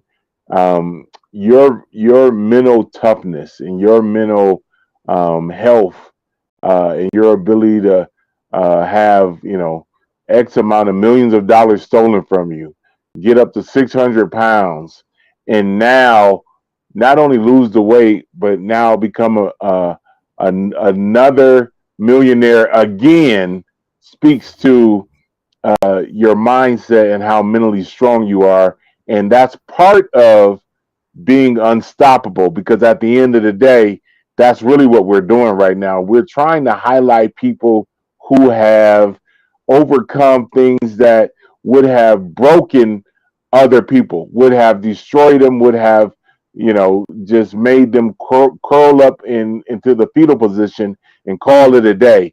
But that's not who you are. That's not who you have been, and that's not who you're going to be in the future. And I'm thankful to get a chance to interview you on the Unstoppable podcast today. Is there anything you want to say in the next 60 seconds? Is there anything you want to say? There's a book series called Chicken Soup for the Soul that's sold over, I don't know if it's 1 billion books now. It's a crazy number. Chicken soup means it makes you feel good, right? Chicken soup makes you feel good when you're sick, not feeling great. Chicken Soup for the Soul means it makes your heart feel good. There's a gentleman I found online that someone sent me who goes by the name of Jimmy Darts, like throwing a dart, but darts with an S on the end. That's not his last name. That's just his online persona. But he does something called undercover kindness, where he asks for some little help. I need $1 or $2 for the bus. My car broke down. Will you help me push my car, fix a flat tire, something where somebody offers the help. And he's called it undercover kindness. And he rewards those people and gives them $500, gives them thousands of dollars, sometimes up to $10,000. I've even seen him give cars and raise money for people that were in dire straits, where they've given $50,000 and $70,000 to somebody. Go look this person up online, whether it's on YouTube or TikTok or anywhere, Jimmy Darts, and you'll see these principles that I talk about in this. Our system's been going since 2001, right? Created by some amazing lawyers that, and I know that's a little bit of an oxymoron, amazing, and lawyers, people usually hate lawyers, but they do have their time and place. And they created a system using these loopholes that allow all this money that I've made to be tax-free, which exponentially grows your wealth. When you can take out your biggest expense in our lifetimes is taxes. Taking that off my table, all these hundreds of thousands, millions of dollars are all tax dollars. It's mind-blowing. But Jimmy Darts goes out and finds people to be able to give these $500 to. And the first lesson I saw that it truly does feel amazing to give someone money. So when your listeners, normally I'm kind of robbing them of that first $500 gift that they're supposed to give to somebody else, but I don't care. There's plenty more opportunities they can give. My point is, the first step is giving like Jimmy Darts does. And then the second thing is he'll go up to somebody who's done some amazing act of kindness where he's rewarding them with the $500, sometimes $1,000. And they say, oh my gosh, please give it to somebody else. A mother that has kids, somebody else. And it's just amazing. So those are the two steps. We first give, right? And then we receive. And we have to give up that first gift that we receive. And then we can just receive endless amounts of gifts from people that God just brings in your life. It's amazing.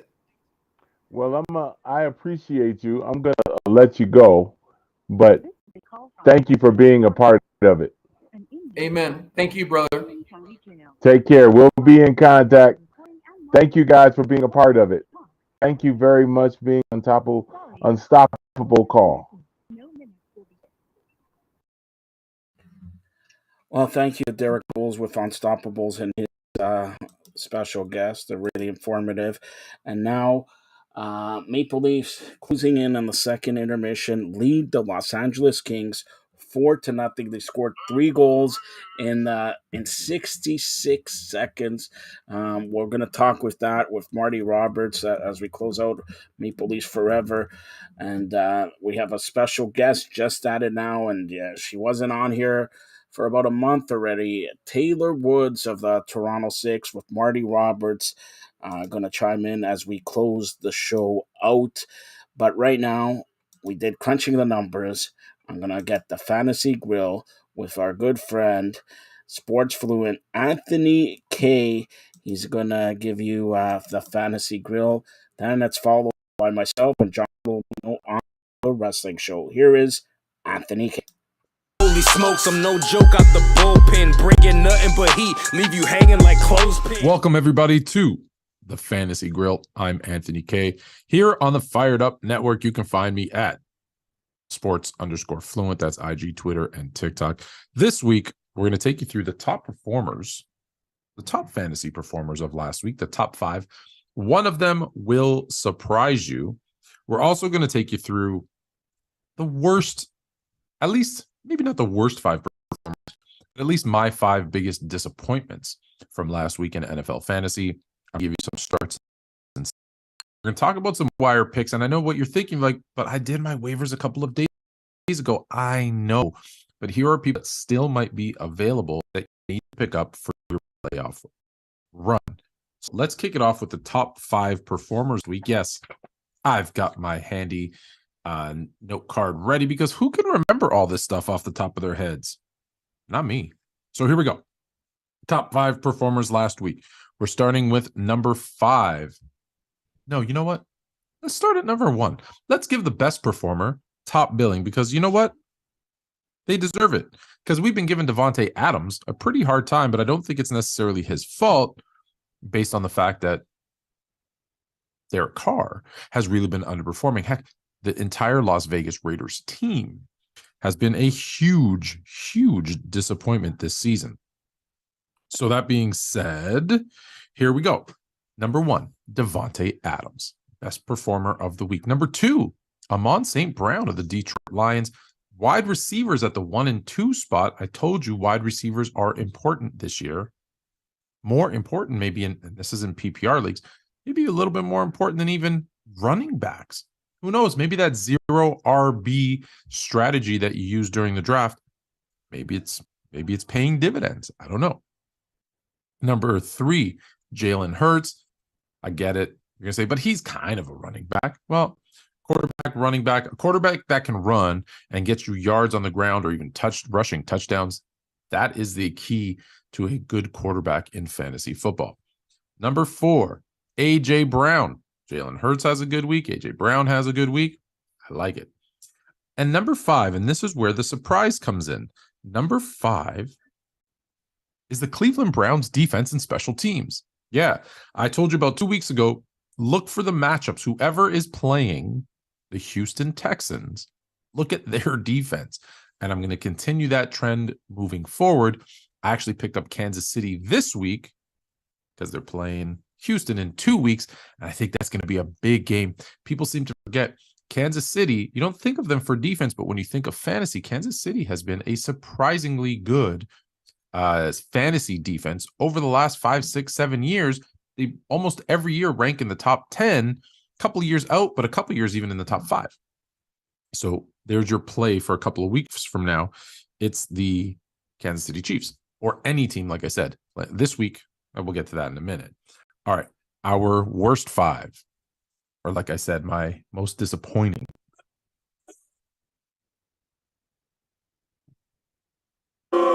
Yeah, you can boo him. Why not? So let me start with honorable mention. Alvin Kamara. Alvin Kamara is not only a disappointing this week, disappointing season for Alvin Kamara. He used to be a set him and forget him at the running back position, but this year no longer. You actually have to look at matchups. You have to look at who else you have and their matchups and decide if you're going to start Alvin Kamara this season. So he's the honorable mention.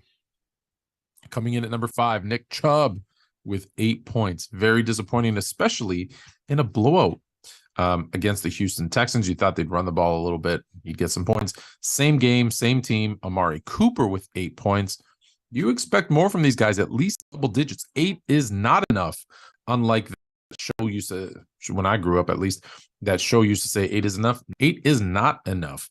Number 3, and this is just a disappointing real football, fantasy football, week in, week out. I might just put him in at number 3 every single week. And that's Russell Wilson with 7.66 points. If it was me, I'd put 666 because he's been killing us over this season. And let me pause there for a minute and tell you, go take a look at Russell Wilson's contract. It is brutal. The extension kicks in after next season. After next season, he's going to be making so much money over the first 2 or 3 years, which is 3 years from now, and they can't even cut or buy him off. It'll cost them hundreds of millions of dollars in dead cap space. This Denver Broncos team has now been set back at least 10 years because of this Russell Wilson contract. It is brutal. I'll give you all the details. Come to my TikTok page at sports_fluent. I'm going to go through the entire Denver Bronco, at least Russell Wilson, horrible contract that you're in. Number 2, Travis Kelce, 7.6 points out of my tight end 1. Can't have it, especially in a season where you're not getting anything from any tight end. I need Kelce to be that guy, especially because I have him in one of my team of my league of record. So I definitely need better than that from Travis Kelce. And number 1, King Henry, 5.8 points from Tennessee. Listen, that's their offense. It's Derrick Henry. So I need you to get more than 5 points, Derrick Henry. I need you. All right. Let's go to our starts of the week. At quarterback, we're starting Geno Smith. You know, I kept making fun of him that, we wrote him off and he didn't write back and ha, ha, ha. We all had a great laugh. Man, he's having a great season. Start him with confidence against the Carolina Panthers.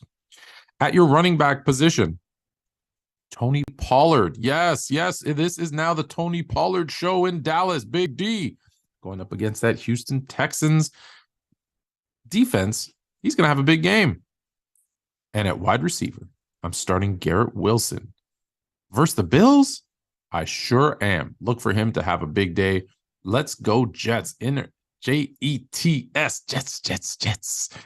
And honorable I don't know if this is honorable mention, but I normally don't talk about defenses to start. But if you're streaming defenses, you have to start the Dallas Cowboys defense. One, because they're great, but two, they're going up against Houston. Cleveland was a top 5 scoring defense last week against Houston.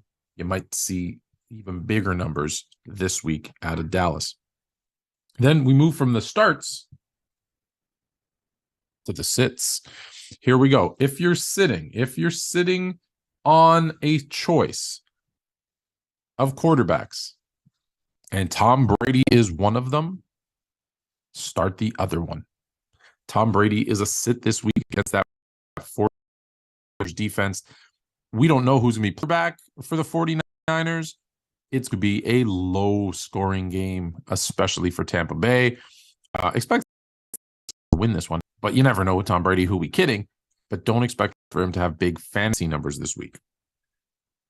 At the running back position, I know we've started to look at Latavius Murray as a start, and you say, but Kansas City, it's a Kansas City defense.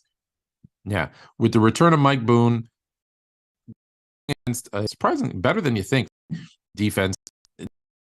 The Broncos can't get anything offensively. They're going up against a team that is put up points even on that Denver Broncos defense. So they're gonna, I don't know how they're gonna throw, but they're gonna have to try to throw, and that just puts Latavius Murray in a bad situation. They're gonna be down in the ball a lot. He's also now going to be sharing time with the return of Mike Boone. So it's a bad scenario for Latavius Murray. The next one, Devontae Smith of the Philadelphia Eagles up against the New York Giants. Divisional matchup. Expect it to be a close game. Expect it to be a lower scoring game. Smith is a sit-em this week. All right. So we're going to end things off with, so here are the guys that should have picked up already. So this is a reminder. We talked about them last week with the fantasy gods who will be on next week. And we talked about these guys. And if you missed it, or some of these are under 20% rostered. In the first one, I think is still only 7% rostered. So look at James Cook. As of the Buffalo Bills. If you haven't picked him up already, if he's available in your league, pick him up. I'm going to give you a bonus running back. But first, I got to tell you, NFL.com, look at this picture. Man, they did DJ Dallas dirty. Or maybe I don't know, maybe that's just how he looks all the time. But I think they could have got a better picture of him. But anyways, DJ Dallas, there's some uncertainty about Kenneth Walker's health now with that ankle sprain, although DJ also might be suffering a high ankle sprain. If he's healthy and Kenneth Walker is hurt, that's an opportunity to plug him into your lineup. At wide receiver, who we're looking at, Demarcus Robinson is probably someone who you should be looking at who is not rostered in a lot of leagues. Back to Noah Fant as your tight end. Listen, we're all trying to figure out what the heck to do in the tight end position. No offense is good as any option. If you stream quarterbacks in a 2 QB league, maybe you're in a super flex, here's some quarterbacks you should look at if you don't have them on your roster already. Jared Goff. Obviously, there's an injury to Lamar Jackson. If he's not able to go, Tyler Huntley. Obviously, we know what he can do also with his legs. And don't be fooled by Deshaun Watson. Don't give up on Deshaun Watson. For those of you that picked him up and kind of stashed him, if he's available in your league and you have a roster spot, slide him in there. He might be a sneaky fantasy championship winner. If depending on what your quarterback situation is, take a look at Deshaun Watson. And that's it for this week in the Fantasy Grill. Now you're more fluent. Yeah, Holy smokes, I'm no joke out the bullpen, bringing nothing but heat, leave you hanging like clothespin. Well, thank you, Anthony K, Sports Fluent, the Fantasy Grill. He was here for Crunching the Numbers and for Fantasy Grill. And now we're going to present the wrestling show / the On the Mat wrestling show with myself and Giancarlo Alino, where we talk about the WWE, AEW, Raw, SmackDown, NXT, Dynamite. Plus, we preview one pay-per-view, one Premier Live event this weekend. Of course, Ring of Honor, Final Battle, and NXT Deadline.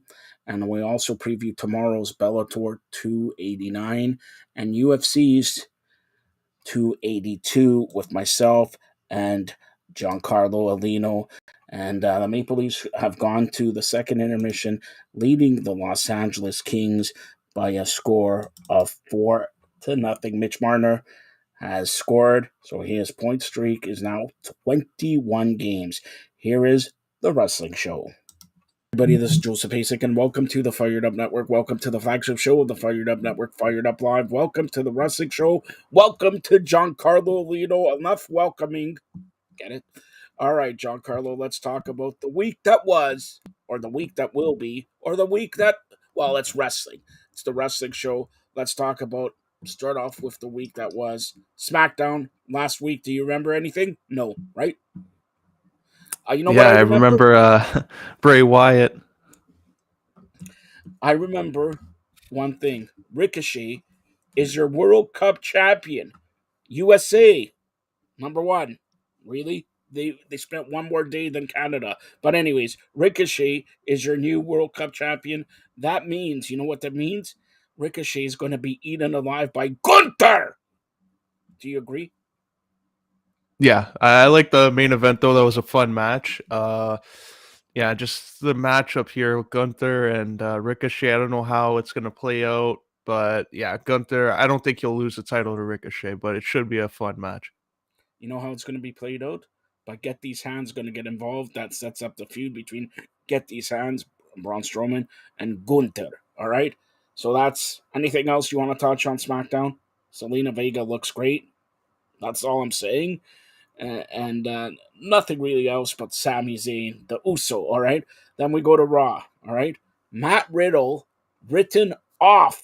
Off. Could we see Matt Riddle come back for the tag team championship closer to WrestleMania with who? With who? Randy Orton. He's been Would written make off, sense. and then they capture the tag team titles probably at WrestleMania or whatever. But he's written off there. Also, let me see. Let me see your watch, Giancarlo. You have a watch or what? Is it No. fake, like the Miz, or what? JBL's like that poker tournament and all that. If JBL invites you to poker tournament, do you have $50 to throw in that poker tournament or what? No, if I see Dexter Loomis, that means you're gonna lose, and he'll pull out the axe. So I would decline that invite. So hold on, Tamina. What did Tamina and Dana Brooke do? Like honestly, what are they, statues there or what? Like, enough with this. And then they're again teasing with Kevin Owens coming on. So Kevin Owens, Sami Zayn. Where do you think this is going to lead to, and how fast? Because at the Royal Rumble, you could see Kevin Owens take on Roman Reigns again, and that is like a schmoz because something's going to happen. The next Premier Live event is an Elimination Chamber in Montreal. So either Kevin Owens headlines or Sami Zayn headlines, and then that starts off like again. The plan is Kevin Owens and Sami Zayn to team up and probably take on the Usos, but what about Riddle and Randy Orton, like we said? So it's again, are they holding two belts? Are they going to defend both belts? Roman Reigns, is he going to defend both belts? There are rumors that The Rock will come in and win the Royal Rumble, and then Rock and Roman Reigns at WrestleMania. But what about Cody Rhodes? Does Cody Rhodes win? Like, oh my gosh, what do you say this? I'm mindful of all this. Yeah, I think Royal Rumble, Kevin Owens, Roman Reigns, and that's where they turn on Sami Zayn after the match, leading to Sami Zayn stepping in to take on Roman at Elimination Chamber in Montreal, and they continue to build up for The Rock to face Roman at WrestleMania. I know it would make sense to have The Rock be a surprise entrant, but they want to take advantage of it marketing wise. So I think he'll be announced for the match sometime in January. But I do see some other surprises like Shawn Michaels and Stone Cold being surprise entrants. So I think those guys will go with unadvertised. But if you're going to take advantage of the marketing, I think The Rock should be advertised for the match. Well, here's the big problem, all right? Here that nobody's talking about. You mentioned Shawn Michaels. Where's he from? San Antonio, Texas. Where's the Royal Rumble from? San Antonio, Texas. And do I dare tell you that Stone Cold Steve Austin, where is he from? All right? Texas. Where do I dare tell you who came back to the WWE? Who's now sort of a manager? JBL. Where's he from? Booker T. Where's he from? Also, okay, I gotta be honest. I heard rumors that Ric Flair is gonna come and participate. He could do that. Just somebody clothesline him or whatever over the top rope. You know, he's there for 10 seconds, and you know that the Royal Rumble is gonna be interesting to say the least because there's so many things. Cody Rhodes coming back. Is Randy Orton coming back? Is, you know, we know somebody is coming back, but he can't be on camera now. Yes, I'm revealing it here. William Regal is now gone from AEW. They written off. We'll talk about that in a couple seconds. But he's now a coach, and he cannot be an on-camera figure for a year. That's the deal there. So he can't be an on. So he'll be coaching his son, who got a big victory on NXT this week. Dempsey there got a big victory, but he'll coach his son. The WWE's happy about it and everything like that. Would you rather see William Regal as an on-character role or behind the scenes, Giancarlo? To me, it doesn't really matter. Like when he was in WWE on NXT, he was the manager role, but they use him more for backstage. That's where his influence is really highlighted the most. He can really zone in on some of the guys. Shawn Michaels is kind of that role for NXT, so I think Regal will be there and backstage role helping along the show. So I think it's a positive, and he doesn't need to be on camera. I don't think at this stage. Giancarlo, I'm a little bit worried because that poster of Italy soccer, there's some flashing, like something flashing, like a white rabbit or something like that. Is Alexa Bliss close to you or what? Alexa Bliss, she won. Now she's gonna take on our Bailey and all. Alexa Bliss is gonna win that. Okay, Alexa Bliss against Bailey to determine the number one contender to the ladies' title. The winner takes on Bianca, but looks like Alexa Bliss. She may have something to do with Bray Wyatt. Maybe Alexa Bliss is taking out. Let me talk to you, L.A. Knight. Do you think that Alexa Bliss is taking out L.A. Knight? I think there's a lot more members of that stable, so it'll probably be revealed that it's Eric Rowan or Bo Dallas in the next couple months. But I do see like Alexa Bliss joining them, so I think that's because there are 4 members out of the 6, and maybe Braun Strowman eventually. But I think Bray Wyatt, they have plans to really focus in on someone on SmackDown and continue using Alexa Bliss on Raw to further that whole storyline. All right. Anything from Raw that you want to add? No. Yeah, that was a great poker game won by Dexter Loomis. He's making a lot of money back that he lost before, so he's having a nice month there in WWE. And yeah, this guy's loaded, man. But too bad. Hey, Dexter, you know, Giancarlo and me need a loan here. And that's all. That's all he's gonna say. All right, let's get to AEW here. They written off, like I talked about a couple seconds ago, William Regal with an interview by Tony Schiavone. Apparently, 2 weeks before he was gonna leave and all that. Go ahead, tell me about that interview because are you Blackpool for life? Yeah, this whole thing of him being written off, I think they did it well with MJF. The interview segment made it worse. Like they didn't really need to do that. They did it perfectly last week. They should have just ended it there. Now it just adds more questions like William Regal leaving. Like they could have just ended it with that one turn by MJF and it would have been fine. But now it just doesn't make sense and turns the whole story upside down pretty much there with the Blackpool Combat Club. Hold on, hold on. What do you mean it doesn't make sense? He came on and said he did it to toughen up John Moxley, to toughen up Claudio. These guys could teach Wheeler Yuta and all that. He sort of hinted that Wheeler Yuta needed help, so they built a storyline within that Wheeler Yuta could turn on Claudio and John Moxley. John Moxley is he's ego driven, so he could already see John Moxley cut a promo on Dynamite saying, Rampage, he's going to take on whoever. We already know because it happened.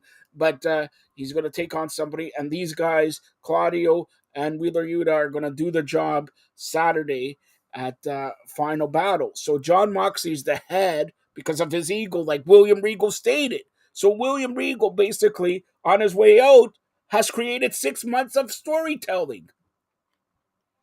No? I don't know. I don't think so. I think once Claudio is JAS for life and Brian Danielson takes a little bit of time off, this whole thing is not going to make sense. So hopefully for Wheeler Yuta, it leads to something big, but I have a feeling he's just going to be taking losses against the big names there in AEW for the next couple of months. Brian Danielson is going to start a feud with MJF, and you'll see, I'll spoil this. You'll see the beginning of that feud happening January 4th when AEW Dynamite's from Seattle, because Daniel Bryan is from Seattle, Washington, around their area. You'll see a little bit of a feud start, and apparently that full-blown match will happen at the next AEW pay-per-view in March from San Francisco, home of Golden State Warriors. All right, so now I'm going to ask you a couple things about AEW. Ricky Starks, MJF promo. What do you have to say about that?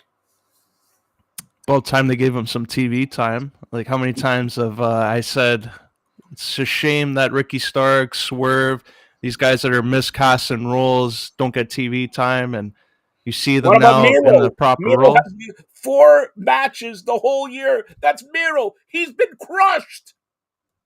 Yeah, like that's where they have to reevaluate. Like, instead of having William Regal up in our and being in a backstage role, everyone focus on that.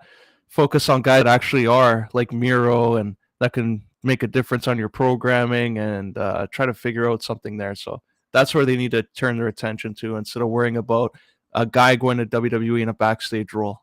It means nothing. In 1 year, you have nothing for Miro. Like, I'll tell you what, I know Tony Khan, TK, Tony Khan, all right? Listen. I'll give you a storyline with Miro. You want a storyline with Miro right now? Miro and Big Cass. Firm against Miro, and he takes out all the Firm. There's the storyline, Miro. You know, you could put Miro. Why isn't Miro in the Blackpool Combat Club? And there's another tough guy. Cesaro is a great wrestler. Okay, Wheeler Yuta, up and coming wrestler. John Moxley, champion already, doesn't give a crap, right? Miro could be like the strong man, everything like that. Put him there. I already gave you 2 storylines from in 1 year. You can't have but House of Black comes back and they're gonna take out everybody. But that's the storyline they gave him that. Even Dustin Rhodes comes back 2023. It's gonna be his last year. Whatever. They already have storylines for everybody made, but you can't get a storyline for Andrade, even though he's a little bit injured, and Miro. Come on, seriously, come on. I thought Ricky Starks, the promo, he did better than MJF. I can't believe I'm saying that, but he did better than MJF. That promo there. But I want to talk about this. The main event of Dynamite last night was for the tag team titles. FTR against Scissor Me Daddy-O. Yes, the Acclaim. The Acclaim going over FTR. Is that a mistake? No, they're the AEW tag champs and they took on the Ring of Honor tag champs. That's exactly what should have happened. So you're telling me the Acclaim is better than FTR? Well, for FTR now, was like, over like crazy, but the Acclaim has Scissor Me Daddy-O. And look, that gets you over. What? I said what? It gets you over. Scissor Me Daddy-O gets you over the Acclaim, over the FTR, who are wrestlers. Is it sports entertainment you want, or is it wrestling? By the way, March 14th, AEW comes to the second Canadian city. Yes, Winnipeg, Manitoba, Canada. And how much you want? I don't even know this. I'm just speculating. How much you want to bet that the main event will be Chris Jericho, Kenny Omega, referee Don Callis? How about that? You think Winnipeg will pop for that one? Who do they cheer for?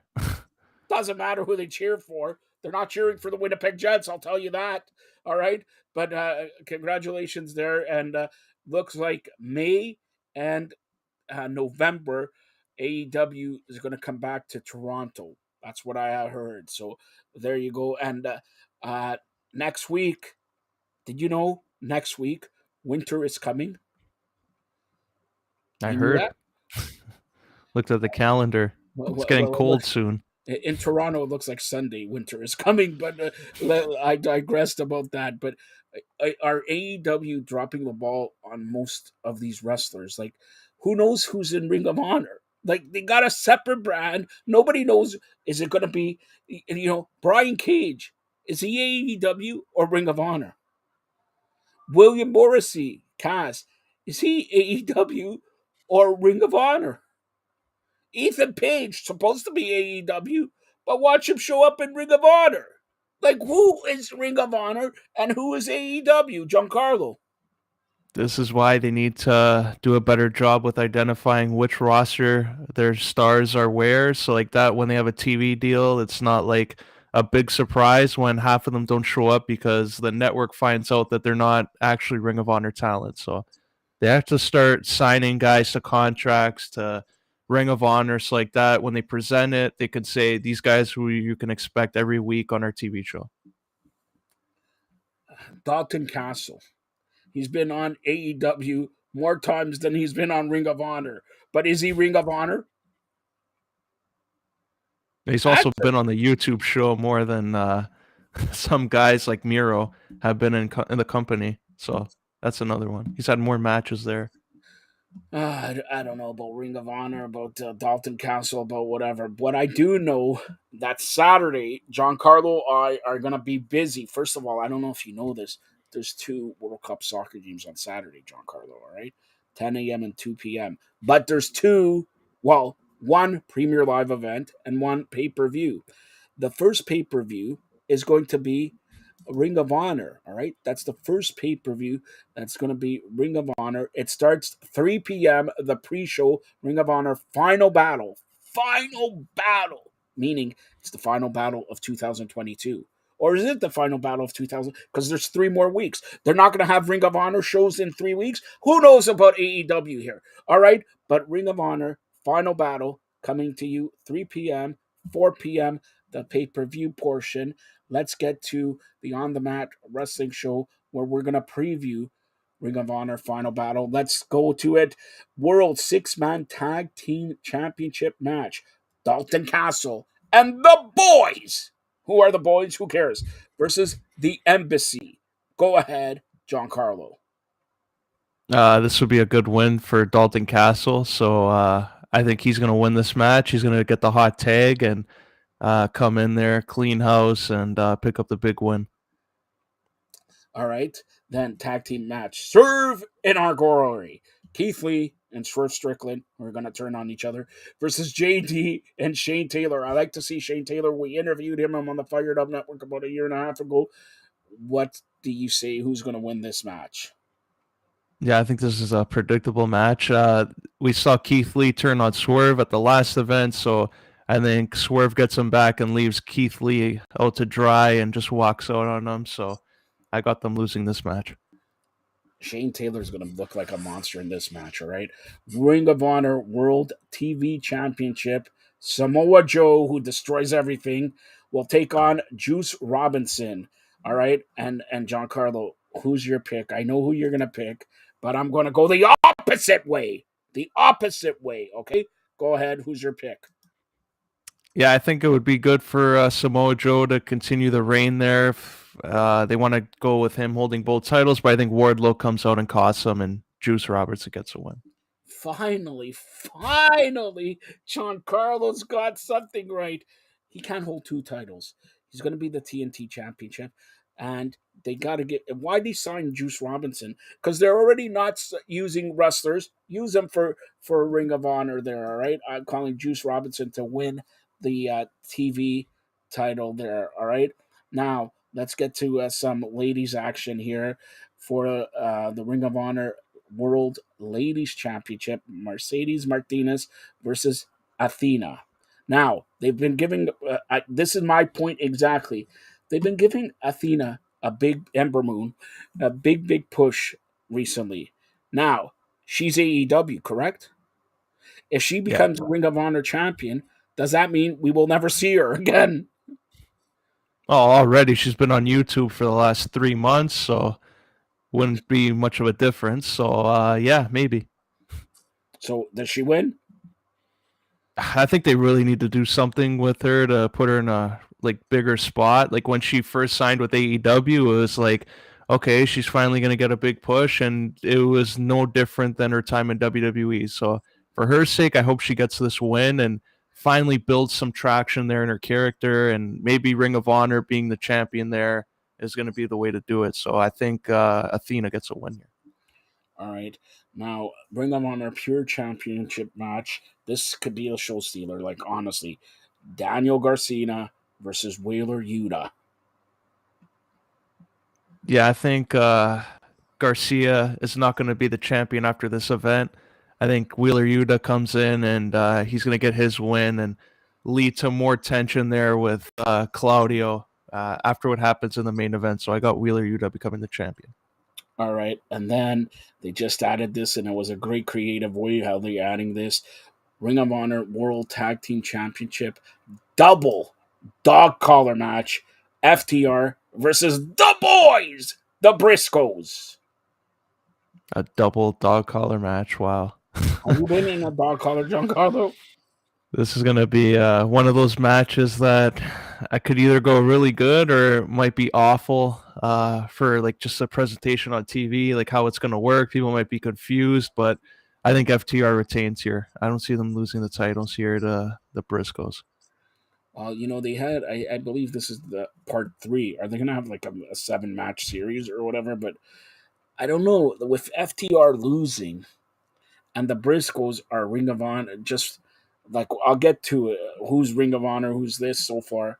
I could have a sneaky feeling that the Briscoes beating FTR, and then they have to regroup because FTR losing to the Acclaim.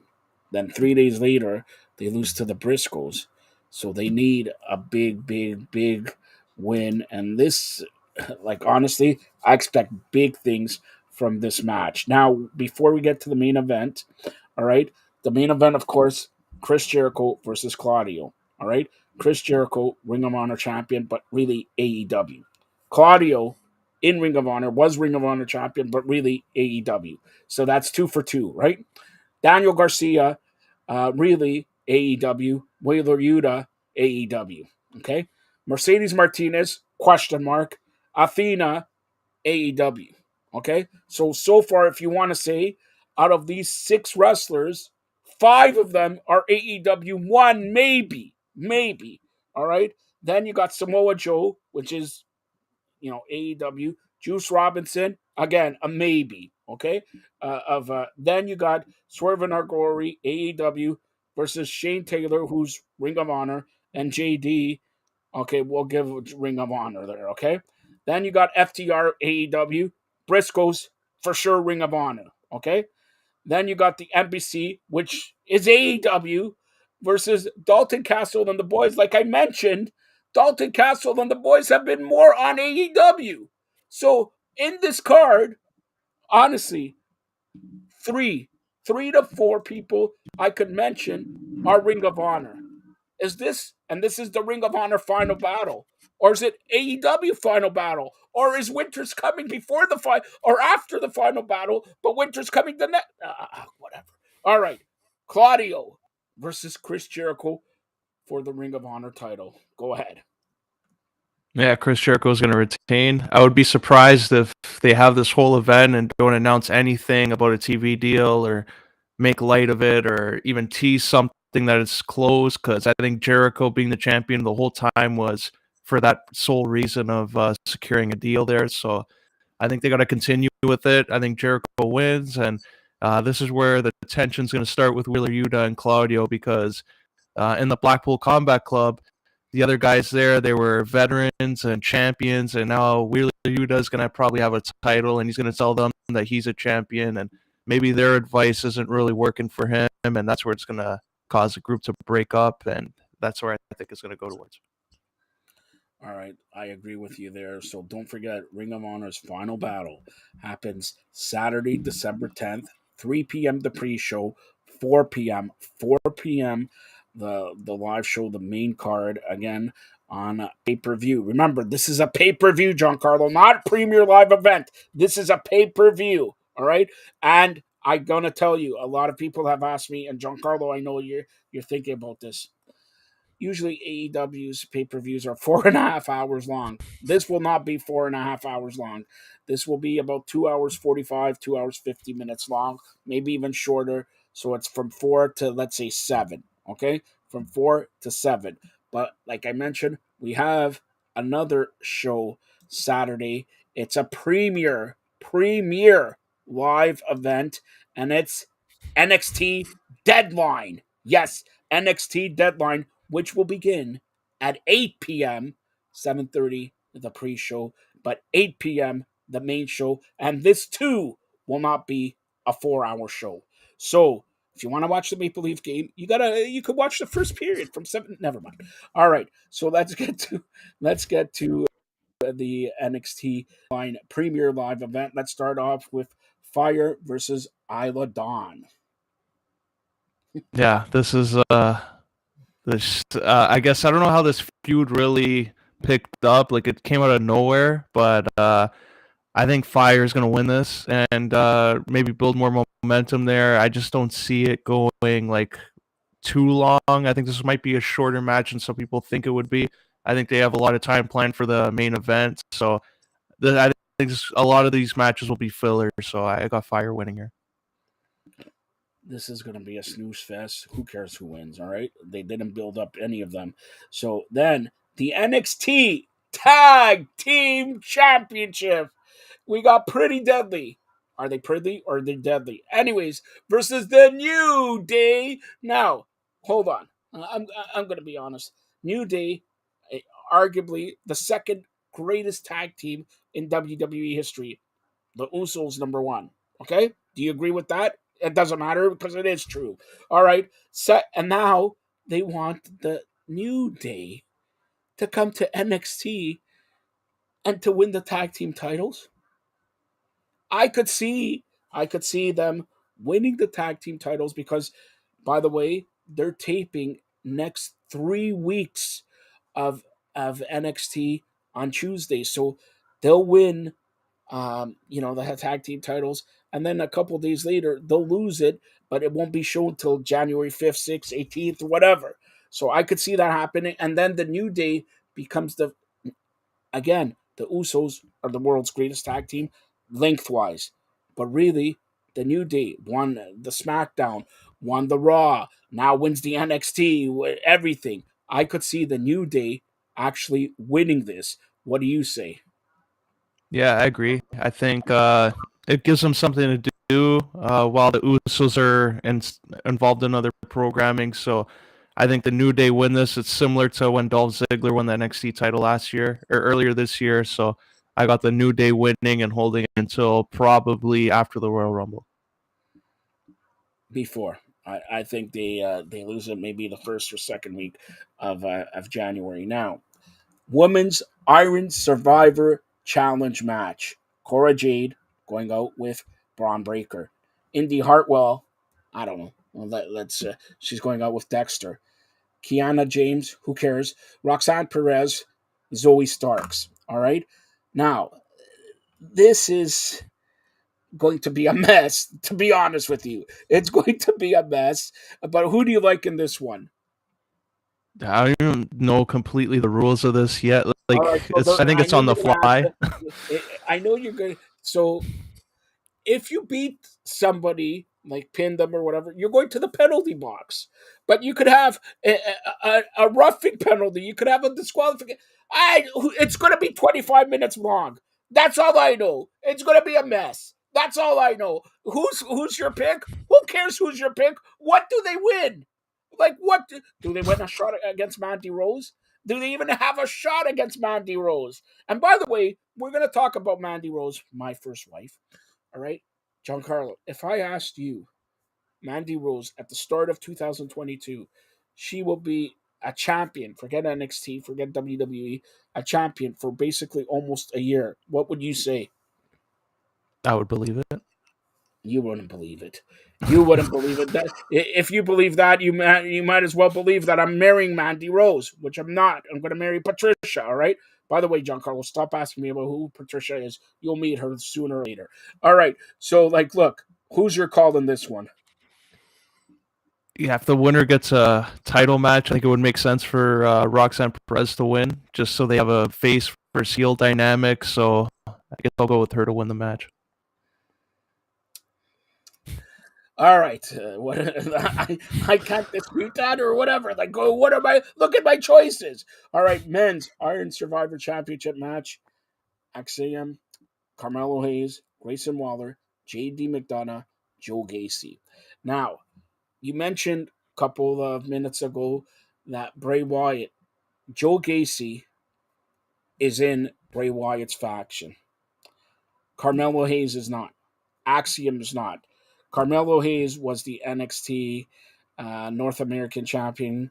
I think it's too early to push him into the main event spot. Axiom, you can't see his face. He's not going to. JD McDonough had a chance just recently, and he didn't. So by default, the winner, I'm predicting the winner of this match, and this guy is more over than Giancarlo and his Italian soccer takes. Grayson Waller. Giancarlo, what do you say? I don't know if he. I don't even know what his plans have been the last couple of months. It seems like he's floundering. Like he had that thing with AJ Styles. They didn't really do anything after that. So maybe he wins and they put the title on him as a way to get Braun Breaker on the main roster. But I think this is just a big mess. This whole build up, the whole match, like penalty boxes, like 25 minutes. I don't know how it's going to play out, but yeah, I guess Grayson Waller, go with the heel. What do you mean you guessed? Is it going to be Grayson Waller or not? I think Carmelo Hayes, if they're really going to build someone up, but he's already over with the crowd. I think just go with Grayson Waller to build more heel heat, I guess, and get him going. But I don't think Carmelo Hayes needs a win. All right, Giancarlo, now it's time for the main event of NXT Deadline this Saturday, December 10th, 8 p.m. All right. Giancarlo, recently in June, I was bored and I took you upon my glorious boat. I'm the president of Provinces of Canada. And I showed you some fishing, okay? I showed you how to reel it in and all that, right? And I had to save your life. You went overboard there. You went because you wanted to catch the small fish, all right? So this is wrestling. On NXT this week, Apollo Crews, who's taking on the champion Braun Breaker, are going fishing. This is wrestling. How do you build heat between the main event stars of a premier live event? By fishing? Shawn Michaels, Triple H, you used to do a good job with NXT. You used to do a great job with NXT. NXT used to be the highlight of weekend pay-per-views with WrestleMania, Royal Rumble, and all that. Now, because Triple H is writing Raw, SmackDown, he's concentrating too much on We the Ones. And now he left the real one, Shawn Michaels, to do something with Road Dogg by himself NXT. How in the blue what are you doing a main event with both guys fishing? Go ahead, Giancarlo. Yeah, I don't. Maybe it's like mind games from Apollo Crews. I have no clue. But I think he should win the title and like a lot breaker to move up because when Apollo Crews was on the main roster, they didn't really do anything with them. So I think he can use a title reign in NXT to build more of his character and then eventually go back to SmackDown or Raw with something fresh. But I think it's time for Braun Breaker to go Raw SmackDown. I think it's going to be a waste if you have him down another year, and I think he's developed already. I agree with what you say, but I think Braun Breaker wins the bout. I where's Commander Aziz? All right, if you're going to push Apollo Crews instead of going to breakfasts and all this, put him as a bad guy. Put him as a monster bad guy. But they brought back Dijakovic. Good move. Dijakovic could be in the main event there. Carmelo could be in the main event there, or Grayson Waller could be in the main event there. They got 3 challengers. That means if you put Apollo Crews, honestly, who's going to challenge Apollo Crews? Is it a heel or is it a face? Is he a heel or a face? I don't know. And honestly, Dijak versus Apollo Crews. Do I want to see that, or do I want to see Dijakovic against Braun Breaker? That's a match I want to see. Grayson Waller against Braun Breaker, or Grayson Waller against Dijak. Come on.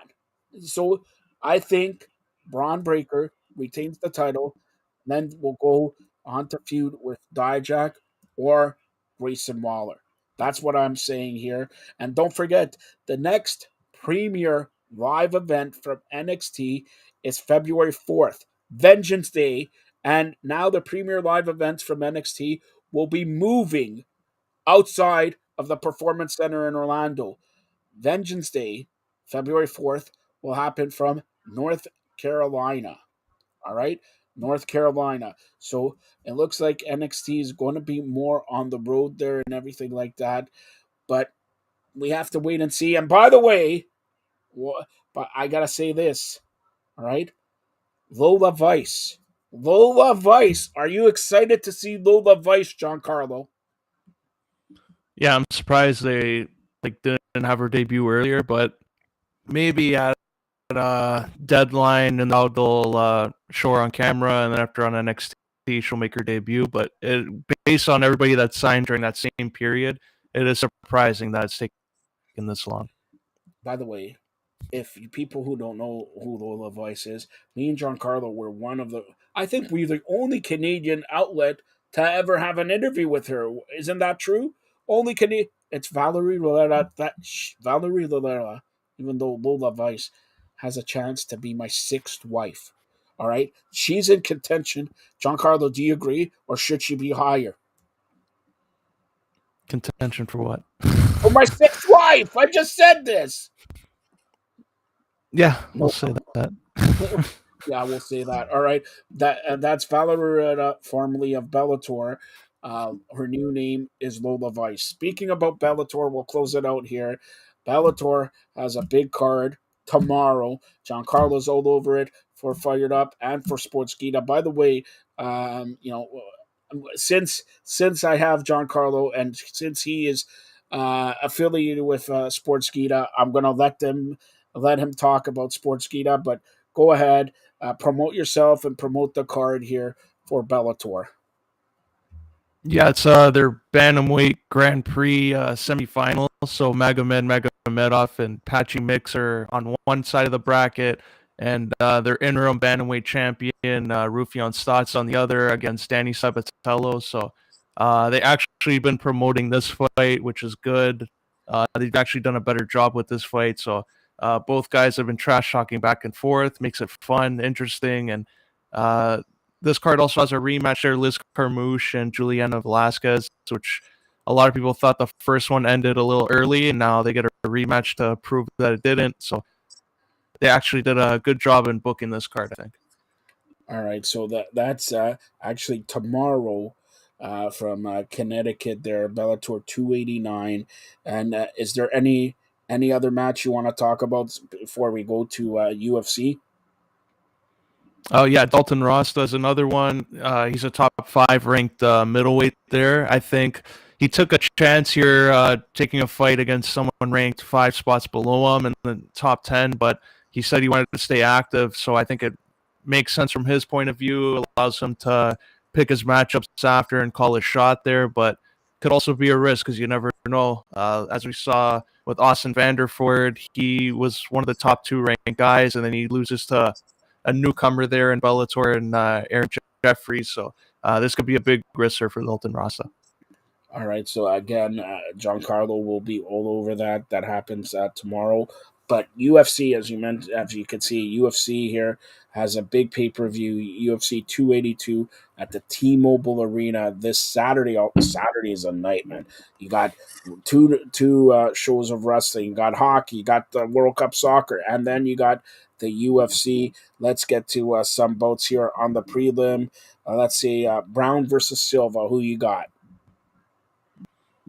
Yeah, this whole card unfortunately got the treatment there with injuries because so many guys got taken out, and they were in prominent roles here, and the UFC were forced to make a lot of changes. But whatever they have here, they did the best with what they have. I think Brown wins this, but it's going to be one of those fights that a lot of people are looking to see. Is there really something important next, or are they going to keep on battling out to get on the main card?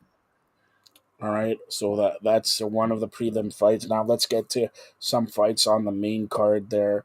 Let's talk about the 3 main fights. So let's go Till's match. What are you calling in that one? Yeah, it would be nice to see Darren Till snap this losing skid and get back to his performances that made him a contender at welterweight.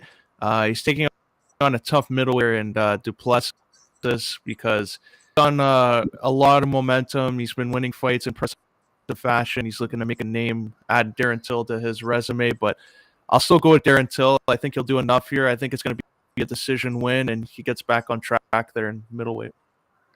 All right, and then let's get to Gordon against his opponent in lightweight bout. Yeah, Paddy the Batty has been. I think the whole story around this. Let's talk about. I gotta hold on here. Hold on. I gotta defend my good Canadian boy, my Jewish good Canadian boy. You know, we're talking about Ariel Helwani. By the way, Ariel, since I'm defending you, you maybe want to come on the Fired Up Network. Hey, Giancarlo, that will make your career there. All right. So he comes on, and this guy interviews Dana White. Dana White, by the way, if you want to be over in Canada more, you come on the #1 network here, the Fired Up Network. All right. So he comes on and badmouths Ariel Helwani, saying, "Oh, this guy puts money in his pocket, clickbait, and all that." First of all, Giancarlo, what do you say about that? What do you say about that? Oh yeah, I think it just overshadowed more of the event. Now it seems like the big matchup people are talking about is the back and forth going on between Paddy and Ariel on social media and their shows. So I think Jared Gordon has an opportunity to be like an anti-hero, just come in and be a hero there if he were to knock out Paddy. And I think Ariel Helwani would love to have him on right after that. I think that would be a fitting way there just to rub it in because they kind of did put him on blast there. It was unfair. Like Ariel Helwani was asked to have him on, and then all of a sudden he's asked for payment. So I get where Ariel Helwani's coming from, and then just to go on and bash him like that. So it was unfair to do that. I think him playing the message of Paddy Pimblett saying that he wanted to be on his show and set something up didn't really help Paddy's whole argument, but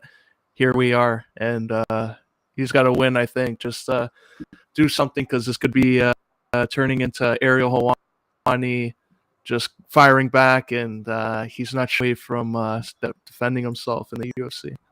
#1 from a guy who started his media career in 1992. Yes, 30 years ago. Giancarlo, I look good for 30 years in this business, man. Like no white hair and everything like that.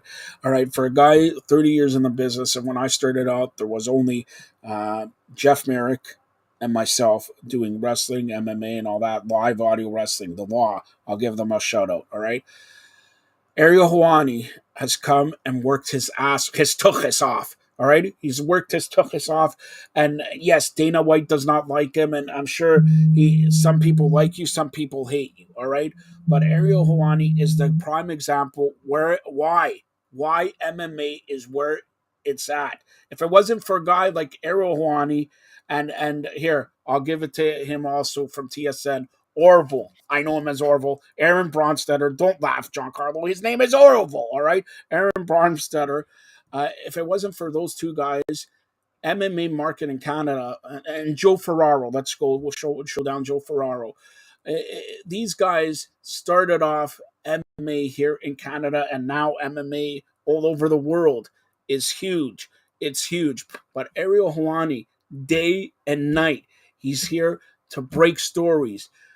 Dana White does not like him breaking stories because, you know what? As a journalist, yes, like Bobby Heenan says, a broadcast journalist, right? He works hard. He has sources who give him information. Dana White does not like the sources giving somebody that he does not like information.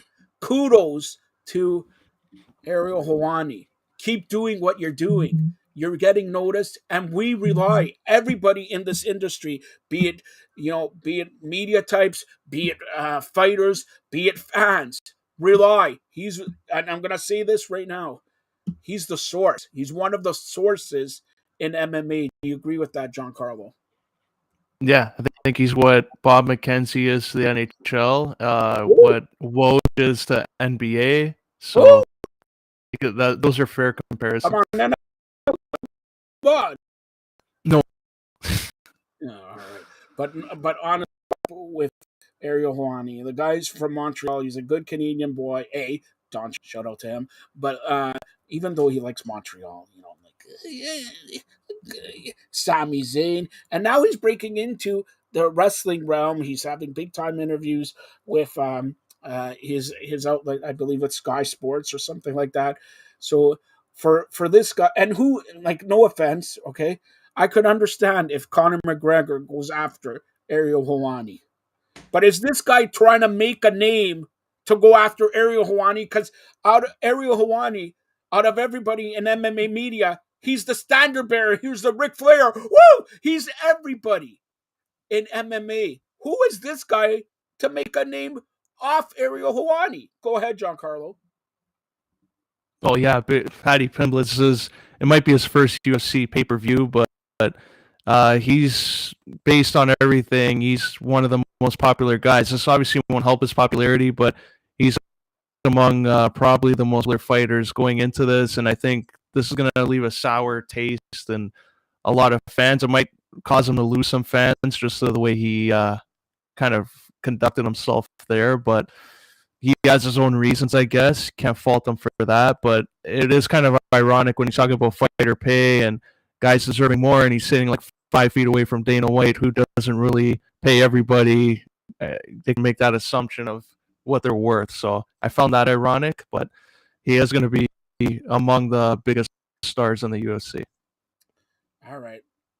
Yeah, that's what you say. And I have nothing against him, but I don't believe so. And if you go, there's something here.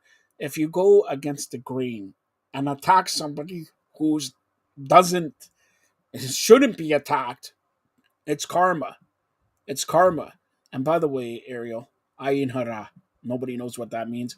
Keep your eye open. Keep your ears open. Keep doing what you do. John Carlo loves you. I will love you too if you come on the Fired Up Network, and then we could shoot the crap about MMA, about wrestling, about the Montreal Canadiens, Cole Caulfield, and the number one pick. Shane Wright is gone to Team Canada. They shouldn't select Shane Wright.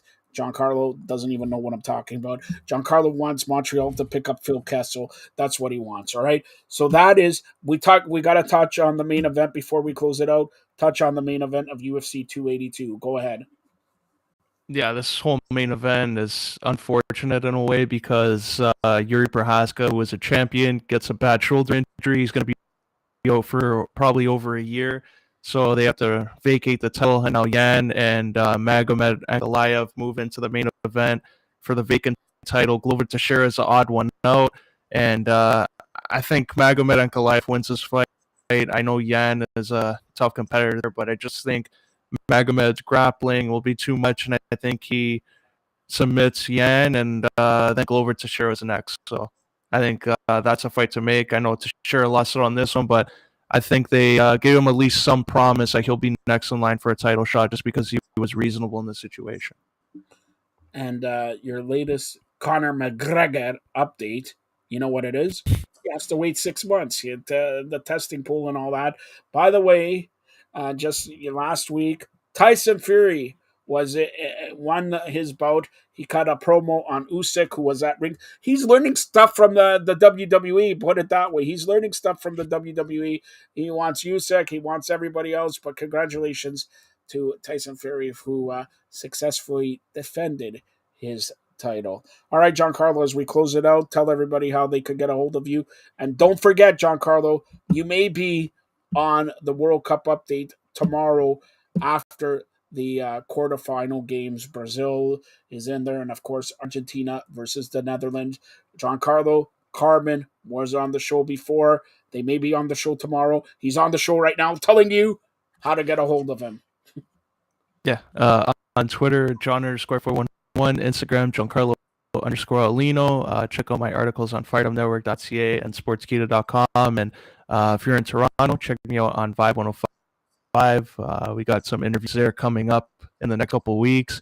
One might be a familiar name, we'll say. So tune into that. Wait a minute. One might be a familiar name. Familiar name to who? That's what it's a surprise. That's all. You'll know it's a familiar name. You're telling me it's Ariel Hawani? No, not Ariel Hawani. Ariel, listen. I know it's the holiday season. Merry Christmas to everybody out there. Happy Hanukkah to Ariel. And if you want to, get me some geld, come on the Fired Up Network. All right. For Giancarlo Lino, you've been watching the wrestling, the on-the-mat wrestling pay-per-view of Final Battle, Ring of Honor Final Battle this Saturday, December 10th, 4 p.m. Pay-per-view preview or Premier Live event preview of NXT Deadline and previews of Bellator 289 and UFC 282. More great programming coming up right now. Thanks a lot, Giancarlo. Well, that was thanks to Giancarlo Lino with the wrestling show / on the mat wrestling show / the Bellator and UFC pay-per-view previews. We're going to be joined. I came to Scotiabank Arena, by the way. We're going to be joined by the grizzled young veteran Marty Roberts. By the way, the last two Maple Leaf games, Maple Leafs tonight, shut out the LA Kings. The last two Maple Leaf games, they won 4-0 in Dallas and 5-0, or like Marty Roberts wants me to say, 5-0. 5-0. So that means 4 plus 5. If Marty Roberts passes grade 2 and Patricia was his first teacher, it's 9-0 in the last two games for the Toronto Maple Leafs. By the way, the Maple Leafs outshot the Kings 41-29. Marty Roberts is on now. We're going to be joined by Toronto 6 superstar. Yes, not a player, superstar. Taylor Wood should be on here in a couple minutes here. But Marty, nice seeing you. Let's talk Maple Leafs, or should we talk your team, the Pittsburgh Penguinos? But there's nobody hotter than Mitch Marner. A goal, and I think he had an assist. 21 straight games. I mentioned 21 for Boreal Salming. We can't forget Boreal Salming. Marty, how you doing? Not bad. You, Joseph? I'm doing great. We're joined by Taylor Woods also. Taylor, how you doing? Marty Roberts, so excited to see you. Hey, we yeah, it's been a long time no see, right? Our last home game was like November sometime. So it was just around the time that they fired me as Kipling. All right, so hold on here. Marty Roberts has chimed in here. He texted me this before we came on the show. Joe, can you do me a favor since you're the president of the provinces of Canada? Taylor owed me a Toronto 6 jersey. He does not have it yet. Taylor, can you explain why Marty Roberts, you're hogging? Like, look, producer, zoom it in here. Let's show your hat here. Okay, No. producer's going to zoom it in here. All right, let's see. It's a Toronto 6 hat. Well, Marty Roberts doesn't even have a hat. Doesn't even have a jersey. What are you wearing, Marty Roberts? What is this? A plumber jersey or what's this? All right, Taylor. Where is Marty Roberts' jersey? He wants to know. Should we talk to the media representative of Justin Levine? I hear rumors from Justin Levine in the Fired Up Network group. He's leaving hockey and doing baseball. He's breaking baseball trades and everything like that. Okay, wow. Taylor, I'm going to go to you. Where's Marty Roberts' jersey? 2 I'll words. tell you where it is. It doesn't matter about his Supply, jersey. It matters about demand. my jersey. Where's my jersey? Supply demand. It's a hot commodity, right? They're just flying off the shelves. They're just like the one table that we have. But I'll be sure to bring a big bag, like a Santa sack sort of thing, and fill it with all the T6 goodies. No, hold on. Wait, just to say this, it's been a hot commodity, but the number one jersey, Toronto 6 jersey, being sold out is number 2 for Woods. Isn't that right, Taylor? I don't think I can answer that after laughing, like honestly after that. So not too sure. I don't think it is, but you know what? There's always a hope, and I get some money after that. So any jersey sale, it's some money in my pocket. I don't want one from the store. I want one that is off your back after a game. We don't have to worry about the supply and demand thing. You just give me the one that you wore after the game. We only have 2, so I don't. Well, we only have one red and then one black. So not too sure. Red and black, black and blue, whatever you want.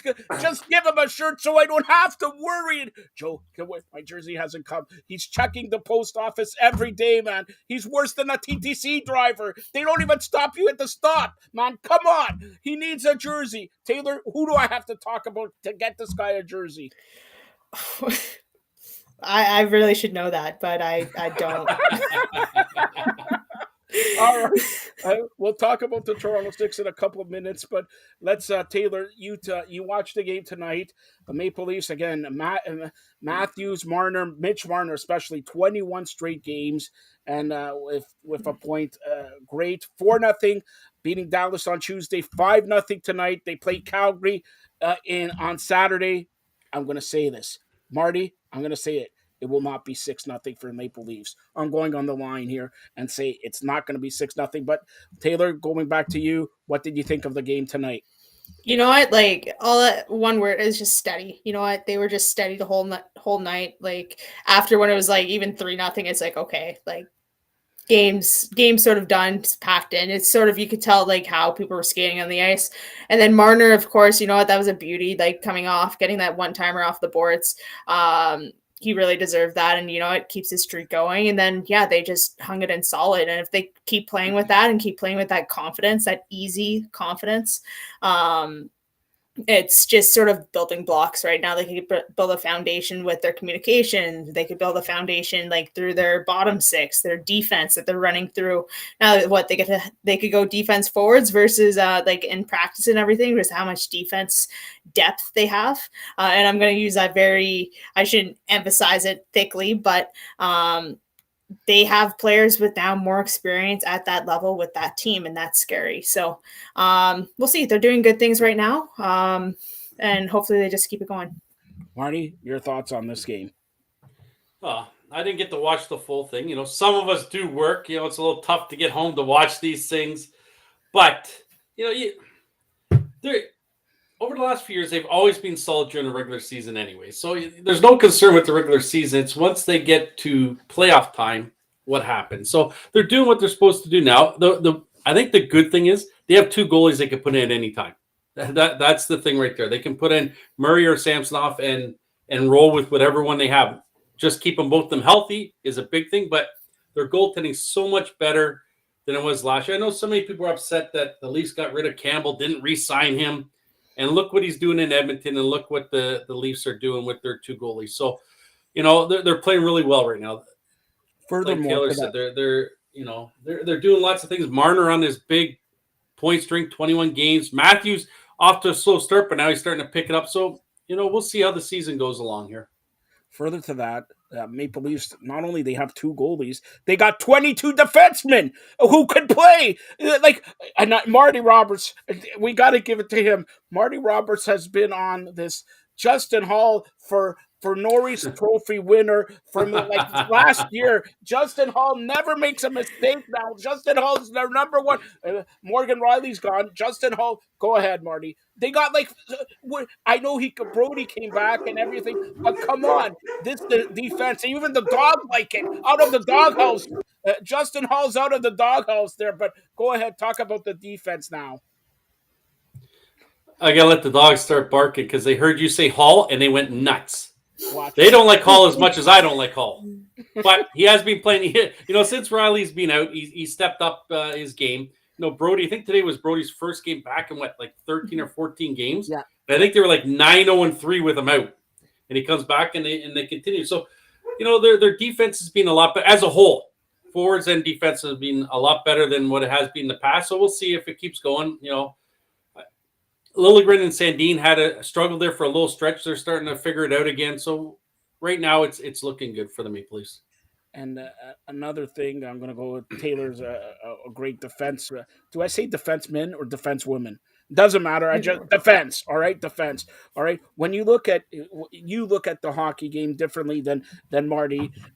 Of course, me and you eyes connected here with everything in hockey. Do you look at it just as a defensive style? How they take the man, how they forecheck, how they get rid of the puck? Now, do you see something different from, let's say, 2 months ago to today?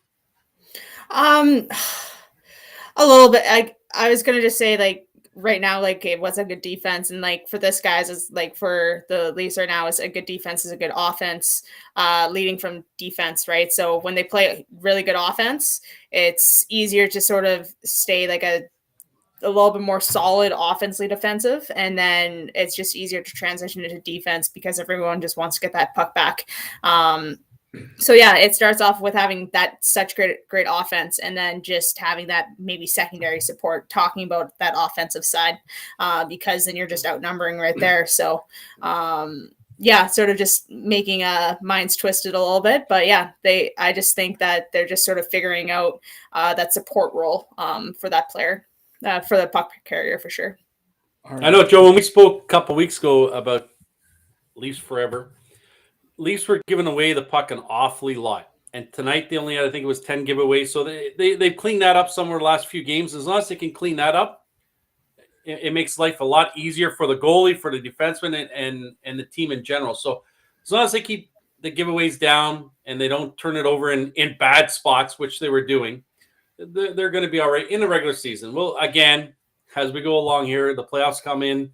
It'll be a different situation, but right now they're doing what they're supposed to do. And if everything's going well, if Zach Aston Reese causes a fight and starts a fight, I don't know if Pittsburgh he ever fought anybody, but today he won the fight. Put it that way, all right? He won the fight. Let's put it that way. All right. So now I'm going to go to Taylor here. Shane Wright scoring his first goal a couple of days ago against the Montreal Canadiens. Remember, a draft night, he was looking at the Montreal Canadiens table. Actually, I talked to Shane. He was actually looking at Justin Levine, who had a Maple Leaf jersey on, and he was like, oh, what's this?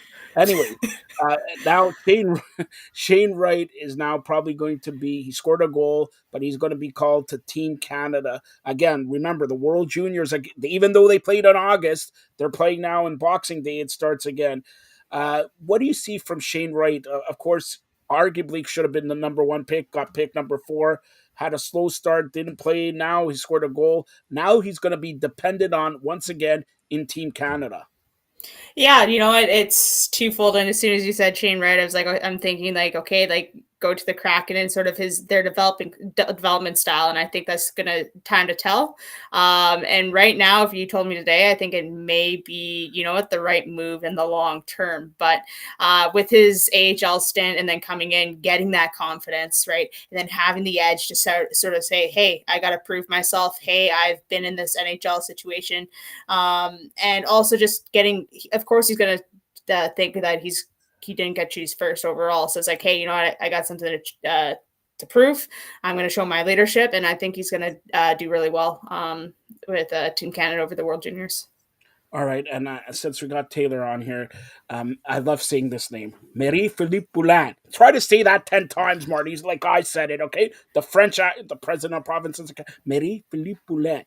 She won the award. Taylor, talk about she is like the Wayne Gretzky, Captain Clutch there for the ladies hockey. Go ahead, Taylor. Yeah, no, I don't know exactly what that honor was because she's gotten a couple awards, right? She was in the Yeah. BU Hall of Fame. She got a Northern Canadian Athlete of the Year award, something like that. But you know what? Like everything in terms of athletics, in terms of hockey, she deserves. She's worked hard. She's built the community. She's helped out girls, women from all over. She's even helped out men, right? Looked at her resume and her caliber. So congrats to her. And she's still going to keep growing and just move this sport beyond what we could think of. George Williams asked right here, is Taylor watching the World Cup of Soccer? We all know Marty is, but does Taylor watch the World Cup of Soccer? A little bit. I had a chance to watch Brazil beat up on Korea there, the 4-1.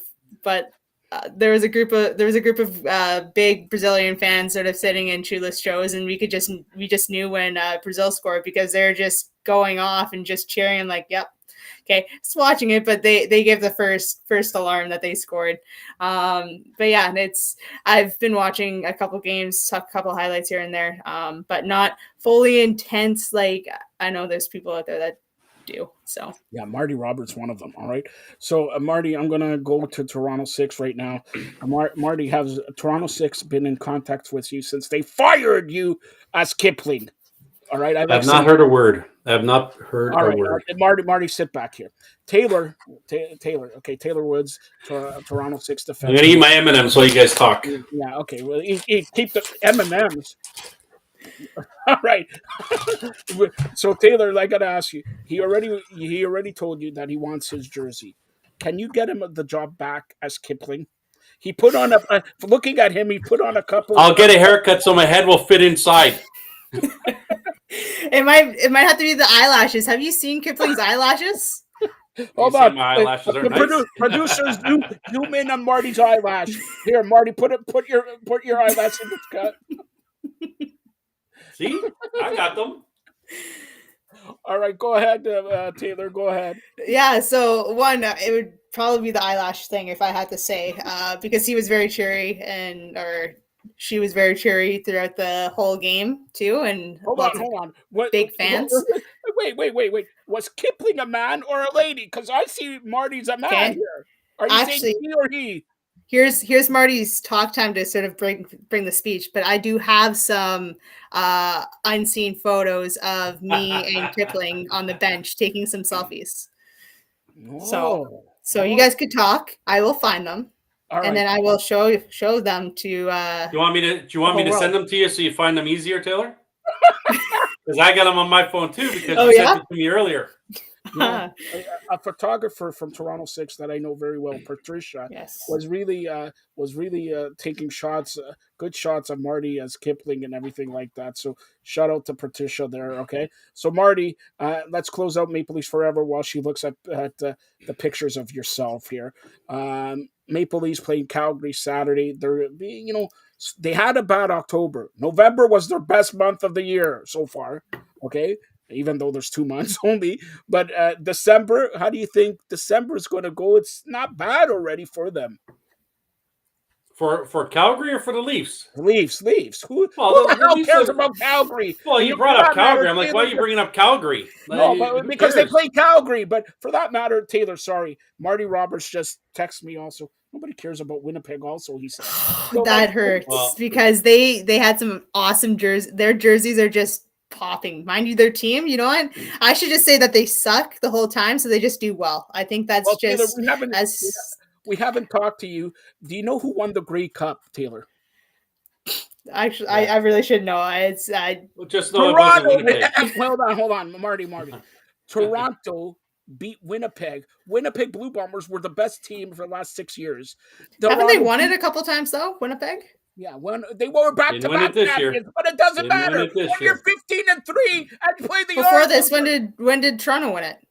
this year, Doesn't matter. No, but Doesn't like before matter. They that. won it this year. That's all that matters. They won it this this year. year, they are Doesn't matter. great cup Said the Leafs champions. what, like 45 years ago? No, Yep. this year, for maybe 25 days, 24-23, the Argos victorious over the Winnipeg Blue Bombers. And also, a good friend, Carey, says Winnipeg has been overrated for the last 3 years. Wow. Marty, okay, you know, our good friend Carey said Winnipeg has been overrated. All right. So Taylor, you like the Winnipeg Blue Bombers. They were back-to-back champions, but they lost the Grey Cup to the Argos. Your thoughts? Well, they were back-to-back champions, so they do know how to win. But I'm also just thinking about my season, as Boston was unfortunately back-to-back champions, and we were there, so we're gonna win it this year. That's where my mind goes. But yeah, no, they do have the talent and everything, and they're gonna just figure out what they're gonna do in the off season, right? Bring in some small pieces. Hopefully, their quarterback's gonna stay for a couple more seasons. But yeah, no, their fan base is good. Their stadium's good. They have that foundation. They just need to just keep going with that champion mindset. And Marty, by the way, she said we're going to win it. That means the Toronto Six are going to win. Going to bring me back. Well, she included me in that because I was Kipling You're once, right? Kipling. So it's we. And you know when we win I'm it. still part of the we. There, look, see. Oh, hold on. This is Lori. I should give some photo credit for Lori Bulgering. I'm sorry if I did not say that right, but see, there's Kipling drinking his water, and I didn't need water, so I thought he needed some Now water. I know why my hair was wet. Yeah. So thanks for that. Now I know. All right. So hold on here. So she says we're going to win it. She's talking about the Toronto Six. We are members of the Toronto Six family. Me, Marty. Also, Marty, when we win it, okay, you're gonna kick out the bubbly here and bring the wine that you owe me 2 bottles. Me and Patricia, the wine from the Toronto Six, the red wine. Do you like Taylor? Do you like red wine? I don't. You guys could, you Hold have on. my glass. No, hold on. If when you win the championship, do you have beer, wine, water? What do you have? Come on. I'm a Grey Goose girl, so. Grey Goose. All right. Yeah. So that, and not to be opposed by like the Canadian Goose, that also Toronto Six has the Canadian Goose that that Marty Roberts would like a jersey and a jacket and everything like that. But I digress. Toronto Six in action again this weekend at Canlan Ice Sports. Tell me about it. How's the team doing? How's the team doing also, and how you doing regarding your defensive duties? Yeah, we've played these guys already, so this is sort of our last meet with them at this early of the season. But we split last series, so hopefully we could sweep on our home ice. It's a little bit bigger, and yeah, just sort of thinking mentality is going to be physical, but we have more space, so just move your feet first, and let's see if I could create some nice stick handles, some good goals, and some nice passing. So that's just my mindset going in. It's just a little bit more skilled but ready to throw a couple of bodies in there. All right. By the way, you played the Metropolitan Riveters. Marty, wake up with this. This is because I need you to sing here. Metropolitan Riveters, GM president. Say that 3 times. All right, I won't. But Metropolitan Riveters, GM president and everything like that is Digit Murphy. Yesterday, Digit Murphy celebrated her birthday. All right. So Marty Roberts, she has just texted me. She said she's watched shows that Marty Roberts has kicked out the jams. If you want the job as Kipling again, she says you have to sing. So yesterday was Digit Murphy's birthday. Today, by the way, a good friend of the Fired Up Network, former Maple Leaf, Nathan Parrott's birthday. So Marty, you sing for Digit. I'll sing for Nathan, and we'll sing a duet, all three, or triet, or whatever, with Taylor. But you kick it off for Digit Murphy, whose birthday was yesterday. Here's Marty Roberts. Did we Done. lose Marty Roberts? Done. I said it. I sang it inside voice I used. That reminded me of the Pitch Perfect girl, where it's just like you have to zoom up, and the lips were just like so small. All right, Marty, you're telling me you don't want to do a duet with the president of the provinces of Canada? If our Digit Murphy, who went on the show here and credited you and said Marty Roberts is a great kicking out the jams and all that, come on, give me one Nope. line. Happy birthday to Digit. Come on. Digit. Happy 35th birthday. There you go. That's not even singing, Marty. Taylor. I don't sing. I don't. Yeah, I don't sing. according to your wife, who told me She'll say I you don't sing bathe in either. the shower, you bathe in the shower, you do everything in the shower here. Okay, so come on, Taylor. Since she was your president, the Toronto Six president, I give the ball to you because I'm gonna kick both your asses because you guys can't sing and I can. So go ahead, Taylor. Well, no, I would just like to wish Digit a happy birthday. You know what? We had some connections going through, right? Just meet up in China. We're Cornell alum, just throwing that out there. She's been in the hockey community and a lot. She's done a lot of good things. And yeah, I wish her all the best and really happy birthday. You know what? You can celebrate all weekend, and coming down to Toronto, just say hi. Taylor, I want to know what your only 2 minutes penalties were. What was it? A hook, a hold, a slash? Oh my God. No, this is the worst.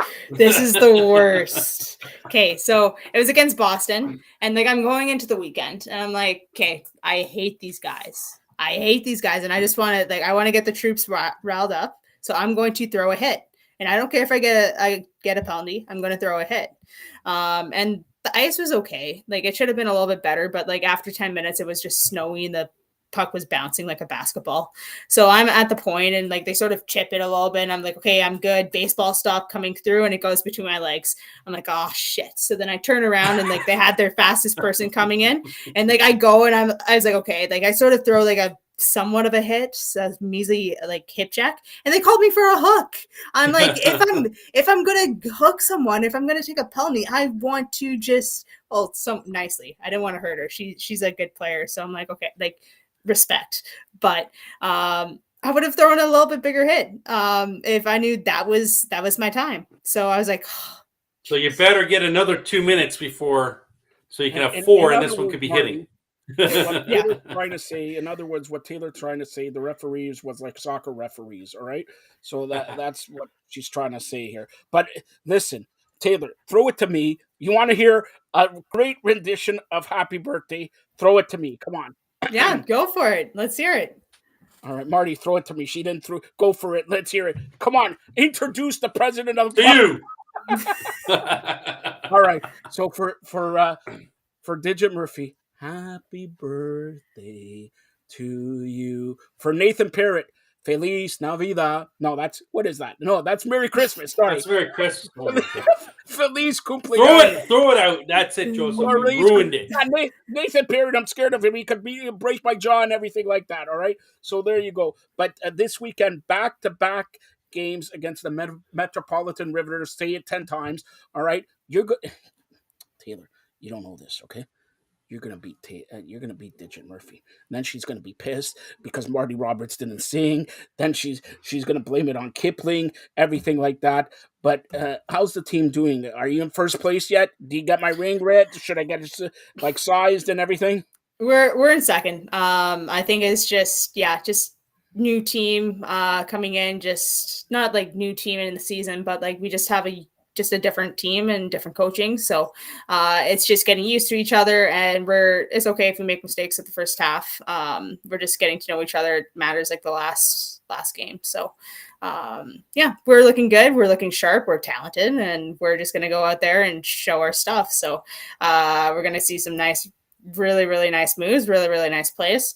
And hopefully we just butter the back of the net. I'm not sure if Bert's coming, if Kate Bert's going to be in net. We'll see. It's just going to give us a little bit more motivation just to throw pucks towards her. But that's their new signing, and we're just going to just keep scoring goals. Just a side note, I'm going to ask you, you played in Metropolitan in that shopping mall. Did you play in that shopping mall, or Yeah. Yeah. how was to play in a shopping mall? It was a different experience. It sort of felt like, just because how it was stacked, is like people were on top of you, so it made like a cool experience. The ice wasn't bad. It wasn't like warm out there, so they had some snowflakes all over the place, so it was sort of like the sparkle. And my teammates, well, some of them, not all of them, but they went shopping afterwards after every game, so it's just like, oh, What did well, they buy it's you? there. What They did they bought me buy nothing. you? They bought me nothing. Well, they did buy me something. They told me to tell you to get a jersey from Marty Roberts. That's what they That's said. why they didn't buy her anything, because she hasn't got me anything yet. See, there you go. All right, that's the Toronto Six at the Canlan Ice Sports in North York against the Metropolitan Riveters this Saturday, December 10th, 2 p.m. I believe, right? 2 p.m. And then Sunday, December 11th, also I believe at 2 p.m. And then you play against on Friday. You play against Buffalo, I think. Yep, Buffalo outdoor game. So a little redemption from last year compared to February. It's now December, so hopefully the ice again is decent. And we have some nice 7 p.m. on a Friday night weather. So I know CJ is going to want to get back at that. We played Bucky, so a little bit of a rivalry, a little bit of friendship. Yeah, it's going to be fun. Yeah, Marty, in case you don't know, Bucky is former Fired Up Network colleague, I remember. Michaela Grant Mentes, right? I And by the remember way, her. I did a couple shows with her. yes, and he's never been the same. All right. And by the way, Taylor, you want to give her a couple shots for Marty. Give her a couple shots for Marty there and all that. There's a big time rival. By the way, I know. You may stay over in Buffalo, but Saturday and the next Saturday, the Buffalo Bills play the Miami Dolphins on a Saturday night. It's squish the fish time. Come on, you got to stay over to Buffalo there. All right. We could. We could. You're going to. You're relying on Marty Roberts to pay for the tickets. Come on. All right. So, anything else in the hockey world that you want to touch on, Taylor? No, there's just a ton of hockey, and we'll see how the NHL landscape's going to be. Let's see how the Jets go, because the Jets are doing actually pretty good. Yeah, and I think it's World Juniors are going to be fun. So there's going to be a lot of just different stuff with hockey going on, and I think it's just going to be just fun to watch. And well, it's not PHF, but I hear the ladies are going to be part of the All-Star game and Hockey Day in Canada. I think it's January 21st, something like that. That's what I heard. I don't know if you heard the same thing. I got to make sure dates, because I know there's PHF dates in there. I know this weekend the PWHPA is in Ottawa doing their thing, and they're going to have a Hockey Night in Canada thing December 9th and 10th. So that's tomorrow and the next day. Yeah.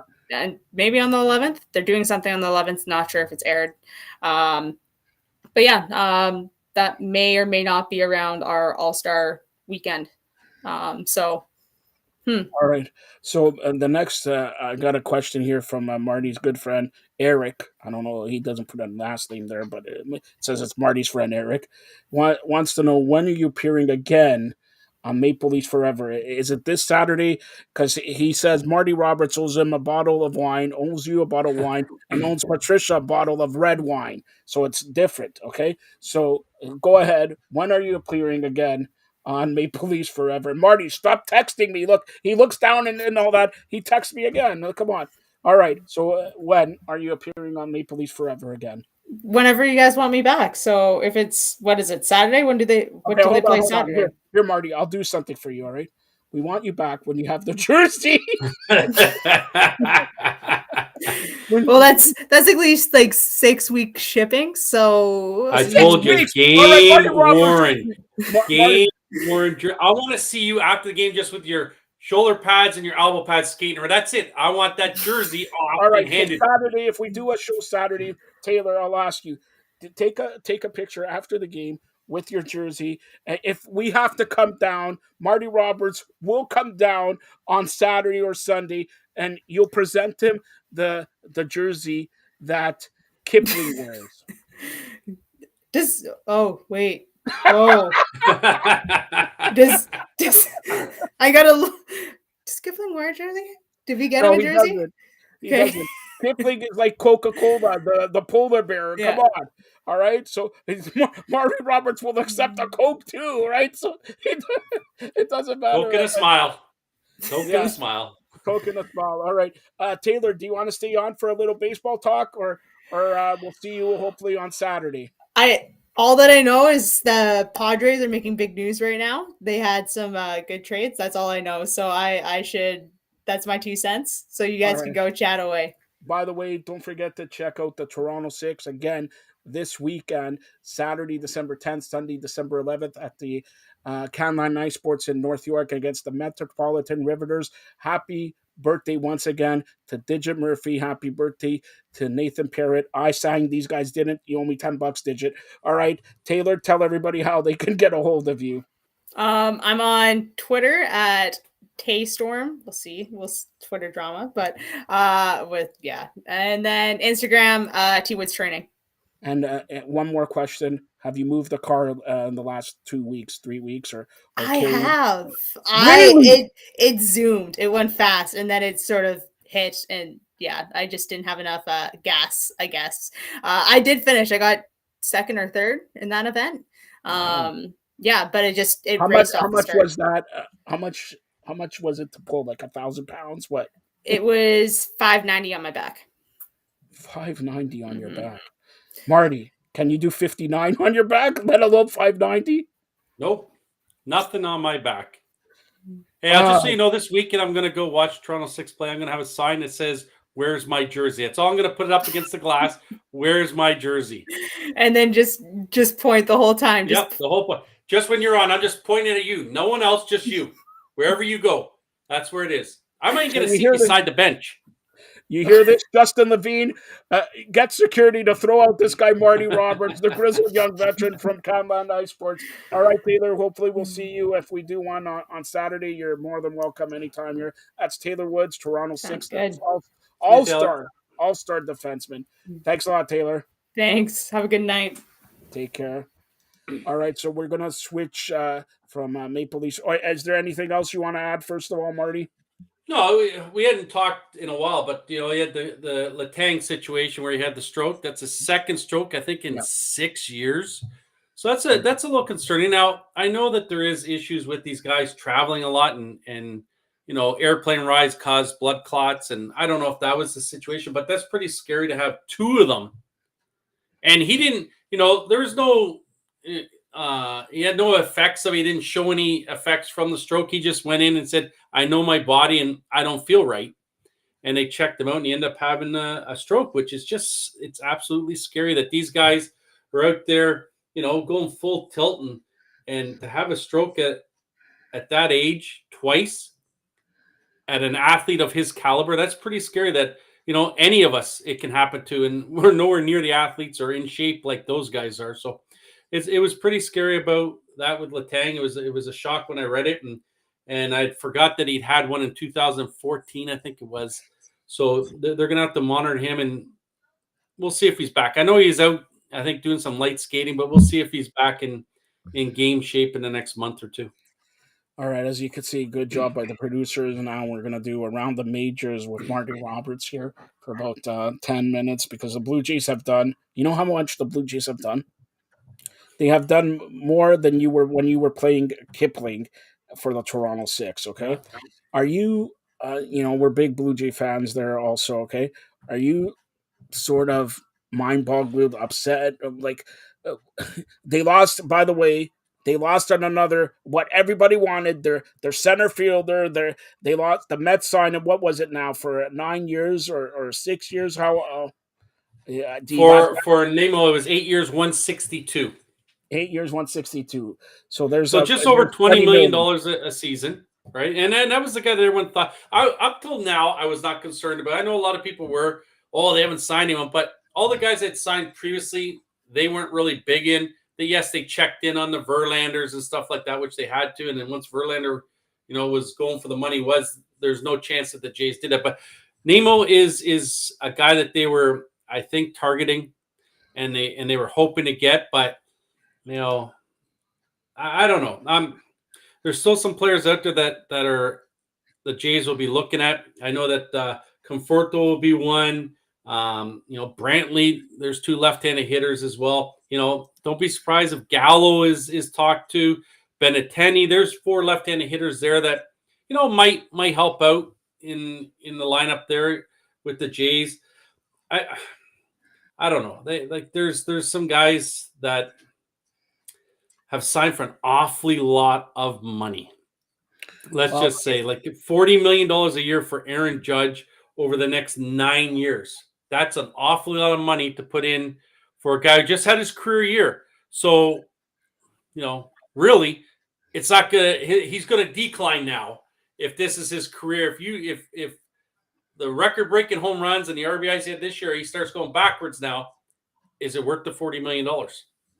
He signed 9 years, $360 million with the Yankees. But even more, it just happened yesterday or just today. Bogarts to San Diego. Taylor mentioned San Diego making moves, but 11 years. 11 years. And Turner, what did he sign with Philly? I think 11 He signed years for $300 million, 11 years too. Like he was offered more from San Diego. Yeah. I think somewhere like $40 million more. Yeah. And he wanted to go back home to the East Coast, and that's where he's from, around that area. So he went back to that area and signed with the Phillies for that $300 million. He's from New Jersey. Is 11 years. So he's getting $27 million. And I'm going to guess that like Trey Turner's a guy that probably could have got above $30 million a year. Yeah. Right. So I'm guessing there's some people that were upset with him in the union, some players that he took a discount to go play on the East Coast. Like we're saying $300 million a discount, but he could have got awfully more. And, now Bogarts took that money that San Diego was offering. Yes, it was less, $280 million. I don't know. Is Bogarts worth that kind of money? I don't know if he is. He's a good shortstop. Yes, he is. But anybody, we're talking, we talked about, A-Rod, what did he sign 10 years ago? 10 years, $250 million. We're talking now about the next guy, Soto, declined $400 million, remember. So we're talking, A-Rod was $250. We're already reaching $400-500 million. And then there's going to be a strike. We got no money. You're like, unbelievable. And Marty, you were a pitcher. You were going to make it to the majors. You had bad luck and all that. But do you feel if you were 10 to 15 years younger, you could be home and cooled out with now? I'm not saying 300 million, but at least 100 million. Well, all these guys are special that play in the big leagues. They're all like, it takes an awful lot to get there. Those guys have talent that's unbelievable. Yeah, but even the closers are making 20 million. Yeah, but they're all unbelievable. But the money that they're throwing around is just absolutely insane. And baseball is it's the owners are their biggest problem is the owners. Like they look for other things. It's the owners that keep throwing this money out there that 360 million, 300 million, 280 million. I think DeGrom's getting $37.5 million a year. Verlander, $43 million a year. Like that's a lot of money being thrown. That just tells you how much money baseball does make in those markets. Like the Jays, there's no. I know Shapiro and Atkins keep saying money's not a concern. We don't have problems with the money. I think the threshold this year for the luxury tax like $233 million or something like that. They say they're not concerned about that. Well, if they're not concerned about that and they're offering these players contracts and they're saying no to it, that's pretty interesting to me as to why all these players are saying no to this money. If the Jays are offering, I'll tell you, if they're not concerned now, all right, Marty, let's forget about the Blue Jays, what they did, what they didn't do, or whatever. If this guy's getting 300 million or 280 million Bogarts, what is Bo Bichette? What is Vlad Guerrero? What, for that matter, we're talking about relievers and closers getting 25 million. What is Romano going to get? Like, if they're anybody in baseball now, if you're a star, which Bo Bichette is, Vlad is, you're getting, it starts at $300 million. Well, and Bichette's got to be licking his chops, seeing that what these two shortstops have signed for. Carrera's still out there. He's going to get somewhere around that neighborhood. Yep. Yep. He's going to be licking his chops. And I'm going to say, the starting point for Bo Bichette when it talks contract now is going to be $250 million. Yep. So whether it's 8, 9, 10 years, but that's what he's going to get. And I've said this before, as much as Vlad's a really good player, I think Bo is a player that more athletic, can play other positions, whereas Vlad is a first baseman. Yes, he came from third, but he's a first baseman. You can't move him to the outfield. You can't. So Bo might end up getting more money than Vlad ends up getting for a contract extension. But that's Bichette's licking his chops. Same as Vlad. Vlad's licking his chops too, seeing guys sign for this kind of money. So remember, Acuna, what he signed for $100 million, $110 million just like 3 or 4 years ago. Now these guys are going to sign $300 million. There's another guy. If Soto has a good year with San Diego this year, what is he going to command? Yep. Is he going to be $450, $500 million? It's getting out of hand in some instances here with guys with what they're getting paid. I know that for the first 5 or 6 years they're not making as good an income, but it's still playing a game, and you're making an awfully lot of money doing it. Unbelievable, unbelievable there. That just a couple years ago, we were talking $100 million, like you said. Now we're talking 3, 4, and eventually next year or 2 years we're going to be at $500 million. All right. I just want a side note here. Tried to get Steve Carney, but he's at the Tampa Bay Lightning game. Steve has news that Tampa is going to come out with a new stadium in Tampa across the street from Tropicana Field. So we'll try to get Steve on next week because I know, Marty, you love him. All right. So, him and Tom Brady and everything like that. We're going to try to get Steve on there also. But another shout out here. It's about time. The U.S. and Russia doing a deal. The WNBA player Brittany now freed. Now at this time she's home. It's about time for that because we talk about sports, everything here. But Marty, now forget about free agency because it looks like they're not going to do anything with free agency. There's still some players there. Yes, there are. It's not going to be the big splash unless they go out and get sign a Bassett for 4 or 5 years. Maybe they surprise us. They go and they sign Rodon for 6 years. Right? There's still some guys in the pitching side of things that can make big changes with the Jays in the AL East. Yeah, I think the route they're going is through a trade. Well, and you're right, and I was thinking that too. There's a couple I would look into. I'd call maybe Arizona, and there's Zach Gallen that's there, who's their top starter. That'd be a pretty nice add to the Jays rotation. Or do you call the Brewers? And the Brewers have 3 starters that would look pretty nice in the Jays organization in their rotation. And then you can also ask him if you want about Yelich. He's had a few, a couple rough years. Maybe they get Yelich thrown into a deal there with a Barnes, a Woodruff, or a Peralta, right? So there's going to be some things, and that might be, you're right. It might be the way they're going to have to go is trade. Yes, they're going to have to give up some, but this way it's not.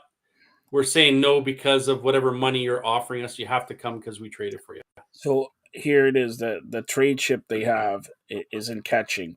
So I'm going to go. Everybody's talking about this. So let's start off with this. Which catcher, if it's you're Marty Atkins. Mm-hmm. I don't know if you're better looking, but whatever. All right, you're Marty Atkins. Who do you trade? Well, the guy I would trade first is Kirk. Kirk's the guy for me that would go. Not only because right now he probably has the biggest value of the 3 catchers. Kirk's coming off, all-star year. I think he was, I don't know, was he a silver slugger for catchers? I can't remember. But it's to me, that's the best year you're going to get out of Kirk. So you might as well trade him when his stock is high. But even if you trade Kirk, you got Jansen and Moreno there that, Jansen's a pretty good catcher. You saw what he did when he was healthy last year with, hitting home runs and driving runs in and the way that he controls the game. I think Kirk is the one. And I know I talked to a buddy of mine in St. Louis. He was thinking that he heard that the Jays in St. Louis were talking, but then St. Louis went and signed Contreras for 5 years to be their catcher. So that obviously isn't going anywhere there in St. Louis. So you're right. That's their biggest chip is that, and they got a couple minor league guys that I hope they don't think about trading. Tiedemann, he's the guy that could be up near the end of this year, if not for sure. In 24, he'll be in the Jays rotation. All right. Well, hopefully, the winter meetings, a lot of action happening because we were talking off air here and say, when are they going to do signings? When and now it's going to be a flurry of signings, but most of the trades and all that are going to happen, and they're not even going to happen by Christmas. They're going to happen after the new year. Okay, first week of January, second week of January. Let's hope the Blue Jays do something and not this only thing here that they renovate the Scott or Rogers Center and everything like that. Joe, I still think they're going to sign a couple free agents. I really do. I still think they're the guy that I keep going. And I said it from before is Cafuto. I thought they were going to sign him when he became healthy at the end of last year. Toronto might be the perfect situation for him to come in and sign a 1-year deal, knowing that they still need an outfielder, and he could DH as well and build his stock back up for the following year. So I for some reason I keep thinking it's Conforto that they're gonna sign, and I think it's there's still a starting pitcher, maybe a reliever that the Jays are going to sign. I think that's where they're heading. I really do. And then we'll see if they add on trade wise after that. But I think there's a couple signings that are going to come out of this. You got to remember when they signed Springer, I think it wasn't until like mid-January they signed Springer. Yeah. Right. So maybe there is something here that they're, I know Boris said the other day that the Jays have a meeting with one of his clients next week. Well, I think he's got Gallo. I think he has Carfuto. So maybe it's one of those two. Carrera, they have him, but I can't see them signing unless they do. They sign Carrera to a 10-year deal, and then they somehow work a deal and trade Bo for pitching. Yeah. So that's all right. I'm just getting a text from your good friend Carmen Asako. He says he does now daily bets. He wants to actually sort of have a deal with you, and the bet is the loser has to buy Patricia a bottle of red wine. All right. I don't know who this Patricia is. All right. So by the way, right now it is Baker Mayfield starting for the Rams, 13-3 for the Raiders, but we won't touch on this game. All right. Sunday, I'll go through some games. You give me your bets. All right. All right. First of all, I don't know if you know this. We're going to start with the number one team that's going to win the Super Bowl. The Jets and the Bills. Bills favored by 10. Oh, man. 10 points. Is it in Buffalo? Yes. I'm going to go with Buffalo. The Bills 31. The Jets 10. Baltimore, Pittsburgh. Of course, Jackson not playing. Yep. Pittsburgh favored by 2.5 in Pittsburgh. Yeah, that's, man. Everyone's always been on Baltimore because of Lamar, but I think I'll go with Pittsburgh here. I really do. I think I'll go with Pittsburgh. Pittsburgh plays pretty tough. I think it's at home in Pittsburgh, is it not? Yes. Yeah, so I'm going to go with Pittsburgh. All right. So the next one is a head scratcher. Minnesota comes in at 10-2. They're in Detroit. Detroit has won a few games. Detroit's 5-7. Detroit is favored. I looked at that too. I was thinking, is someone out for Minnesota? It's going to play like is Cousins out? I don't understand this. And I thought, wow. I would think everyone would be all over Minnesota. I could see that line changing by the time Sunday rolls around, but I'm going Minnesota. All right. Jacksonville, Tennessee, we won't touch on. We'll touch on the East, the NFC East. Philly at the Giants. Philly at the Giants. Remember, Philly favored by 7. It's a divisional rivalry. Giants came off of a tough game against my Washington football team. It's a tie. And it was, don't even get me going on the tie stuff, but I think the Eagles might run away with this against the Giants. I really do, because the Giants didn't look great. They did not. Washington jumped out to the 10-0 lead. They allowed Giants to come back and take the lead, and then they had to come back late to tie it. But I think Philadelphia's just looking too damn good this year. And the only loss was against who? Your team. Exactly. So I think they walk all over the Giants. You mentioned your team. Do you want to touch on their owner? Never mind. No, I don't want to touch nothing on that idiot. All right. So your other, I don't know if he's your friend, former friend, current friend, former, co-manager or whatever. Houston at the Dallas Cowboys. Dallas Cowboys favored by 1-7. Yes, 17. Man, that is a lot of points to give up. That's 3 scores. I'm gonna go with the Texans here and take the 17 wins. I'm gonna be up 17-0 for the game even starts. Taking the Texans. All right, I'm sure your friend is watching on here. All right, so let's get to 2 more games here. I know Carmen's watching. Tampa Bay for Steve up against San Francisco. Mr. Elevalent is going to quarterback for San Francisco. He won last week. It's in San Francisco. San Fran is favored by 3.5. Yeah, it's gonna be interesting because I don't think they were ready last week when what's his Purdy? Is that what his name is? Purdy. Yeah, Purdy. Yeah. I don't know if they were prepared for him when he came in, but I think they're gonna have to. They're probably gonna run the ball a little bit more this week. San Francisco. Man, I think I'm still gonna stay with San Francisco because I think San Francisco's defense is pretty solid. So I'm gonna go with San Francisco. And like Tampa Bay did not look good until like the last 6 minutes of that game the other day. Yeah, against New Orleans, right? Yep. And again, it was just New Orleans. You look at that game. Here it was. I forget how much time was left. 3 minutes, maybe under 3 minutes, and they went 3 and out in 31 seconds. New Orleans did. Yep. You can't give Brady that much time to come down and beat you with a touchdown. So that's on their coach for not running that clock down a little bit better. All right. By the way, Marty Roberts and Anthony Kay's favorite team, the Chicago Bears, have a bye. 6 teams have a bye: Atlanta, Chicago, Green Bay, Indianapolis, New Orleans, and Washington. Sunday night, a good matchup here, and I'm telling you, there's going to be a surprise. The Miami Dolphins go into SoFi Stadium and take on the LA San Diego Chargers. Miami favored by 3. Every time I jump on Chargers thinking, man, you know what? They're just looking good. They go and they just blow it.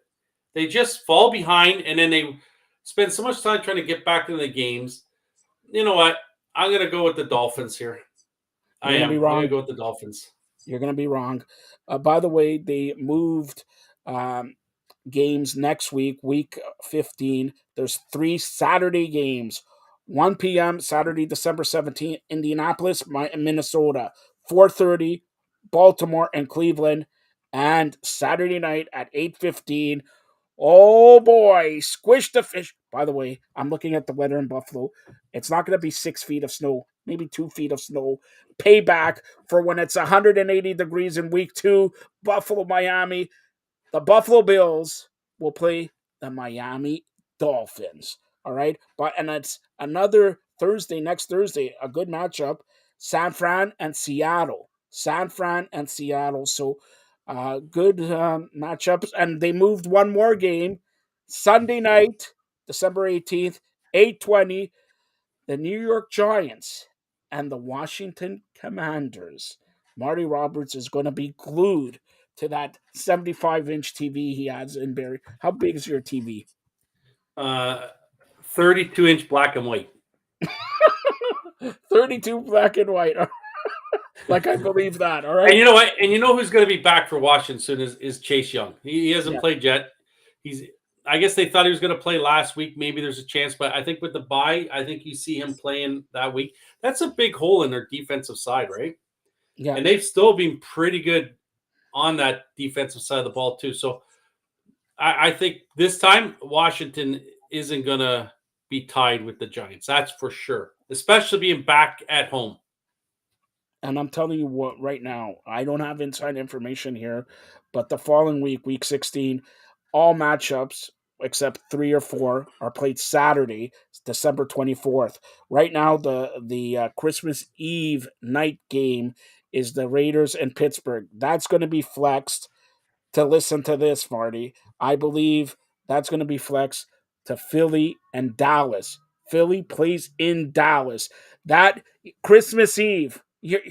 Unless Marty, you go around as Santa Claus, as Kipling and everything like that. But Christmas Eve, when do you want to stay and watch the Eagles, the Cowboys, 8:15? Yeah, Come that on. that'll be an intense game for sure. That will be, you know, I think was there 2 games separating them maybe Yeah. between first and second,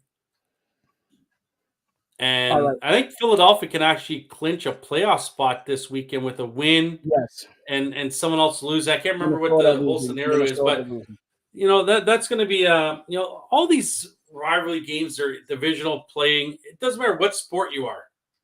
There's always intense competition. There's a mean streak that these guys come with to beat that other team. It doesn't matter if you're 0-18 going into that game. That game is a meaningful game, and that one is going to be for first place, I would think. All right, as we close out Fired Up, I have to say this. Marty Roberts has become a huge soccer fan. Portugal. Tomorrow, tomorrow, the Portugal. quarterfinal actions begin. 10 a.m. Marty Roberts still snoring. 10 a.m. Croatia, Brazil. Who do you call? I'm calling Brazil. 2 p.m. Netherlands or Holland against Argentina. You know what? I'm going to go with Argentina. So he's saying one semifinal, Brazil, Argentina. Now, Saturday, 10 a.m., Morocco versus Portugal. Portugal. I got them to win the whole thing. I got them No, at plus no, 800. that's not Portugal. Portugal. It's Portugal. All right. Portugal to me. Do you think Cristiano Ronaldo starts? I would think so. Yeah, right. You don't even know what I'm talking about. 2 o'clock, England and France. Say your winner in the language. If it's England, say it in English. If it's France, say it in French. I know what everyone is thinking. I'm going with England. He's going with England. All right. He's going to go. So in the other semifinal, he's saying Portugal and England.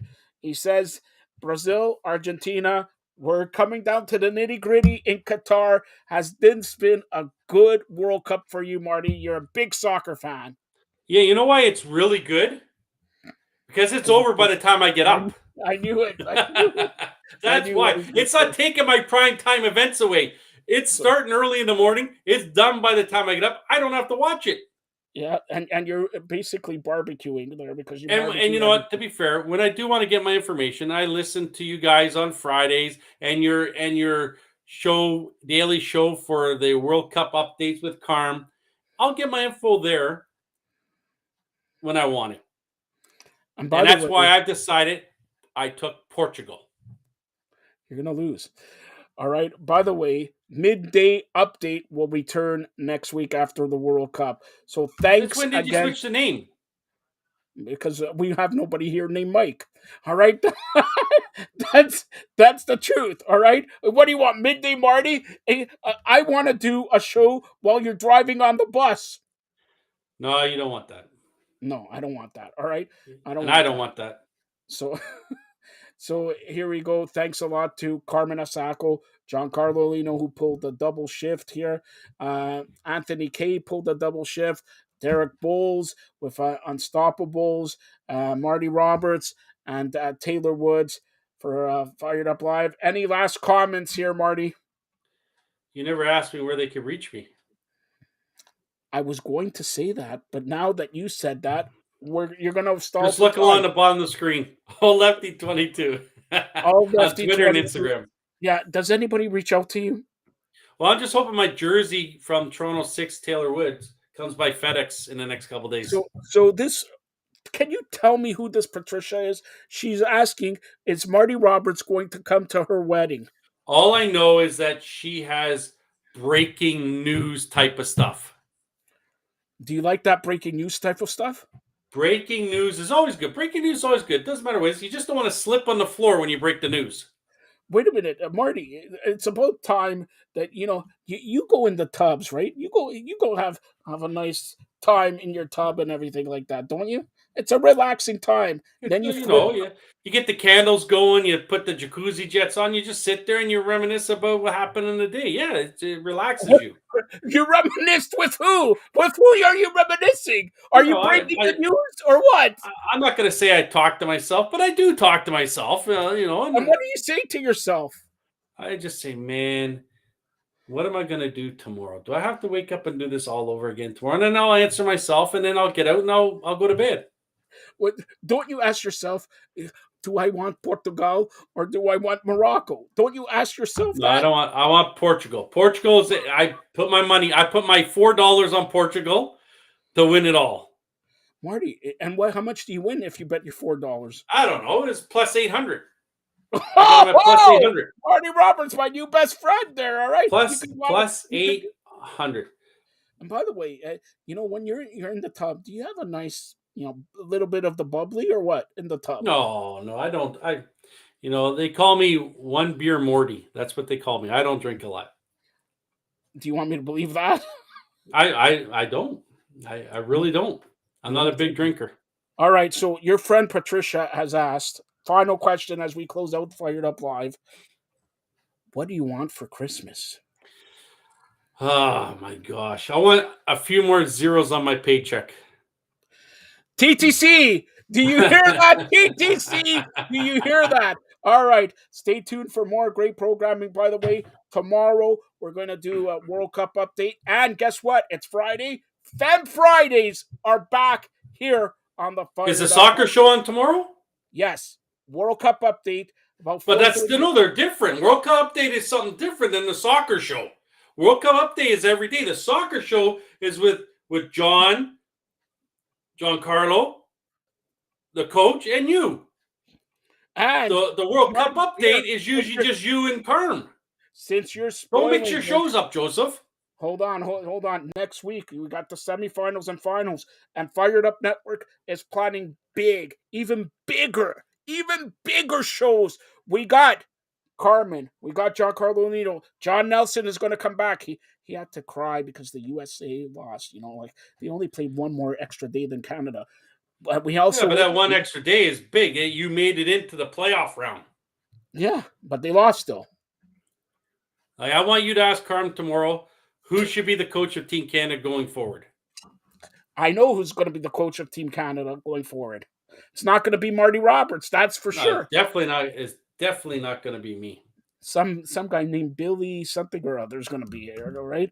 I don't know. Don't you agree with that? Can he be the coach of soccer or what? No, I think they should give serious consideration to the coach Carm. They should. No joking aside, he should already have an amazing paying coach. We take 40% of the salary, a lot of zeros. You wanted a zeros. Come on. All right, Marty, are you going to let me close this out or not? By the way, I believe. One more thing. When you talk to Carm tomorrow, ask him what type of product he puts in his hair. He doesn't. It's all the flaky and all that. There's that's some natural hair right there. That's a nice lid he's got going on. Ask if he can give me some of it because I got some bald spots happening. So wait a minute. What do you want for Christmas? And hair plugs. Hair plugs.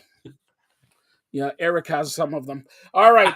So for everybody, a cast of thousands here on Fired Up Network. Stay tuned for more great programming. Have a great night. And again, happy belated birthday to Digit Murphy. Happy birthday to Nathan Parrott. And on Monday, it's my dad's birthday. Happy birthday, Dad. Love you. Thanks a lot for watching. Stay tuned for more great programming. Thanks, Marty.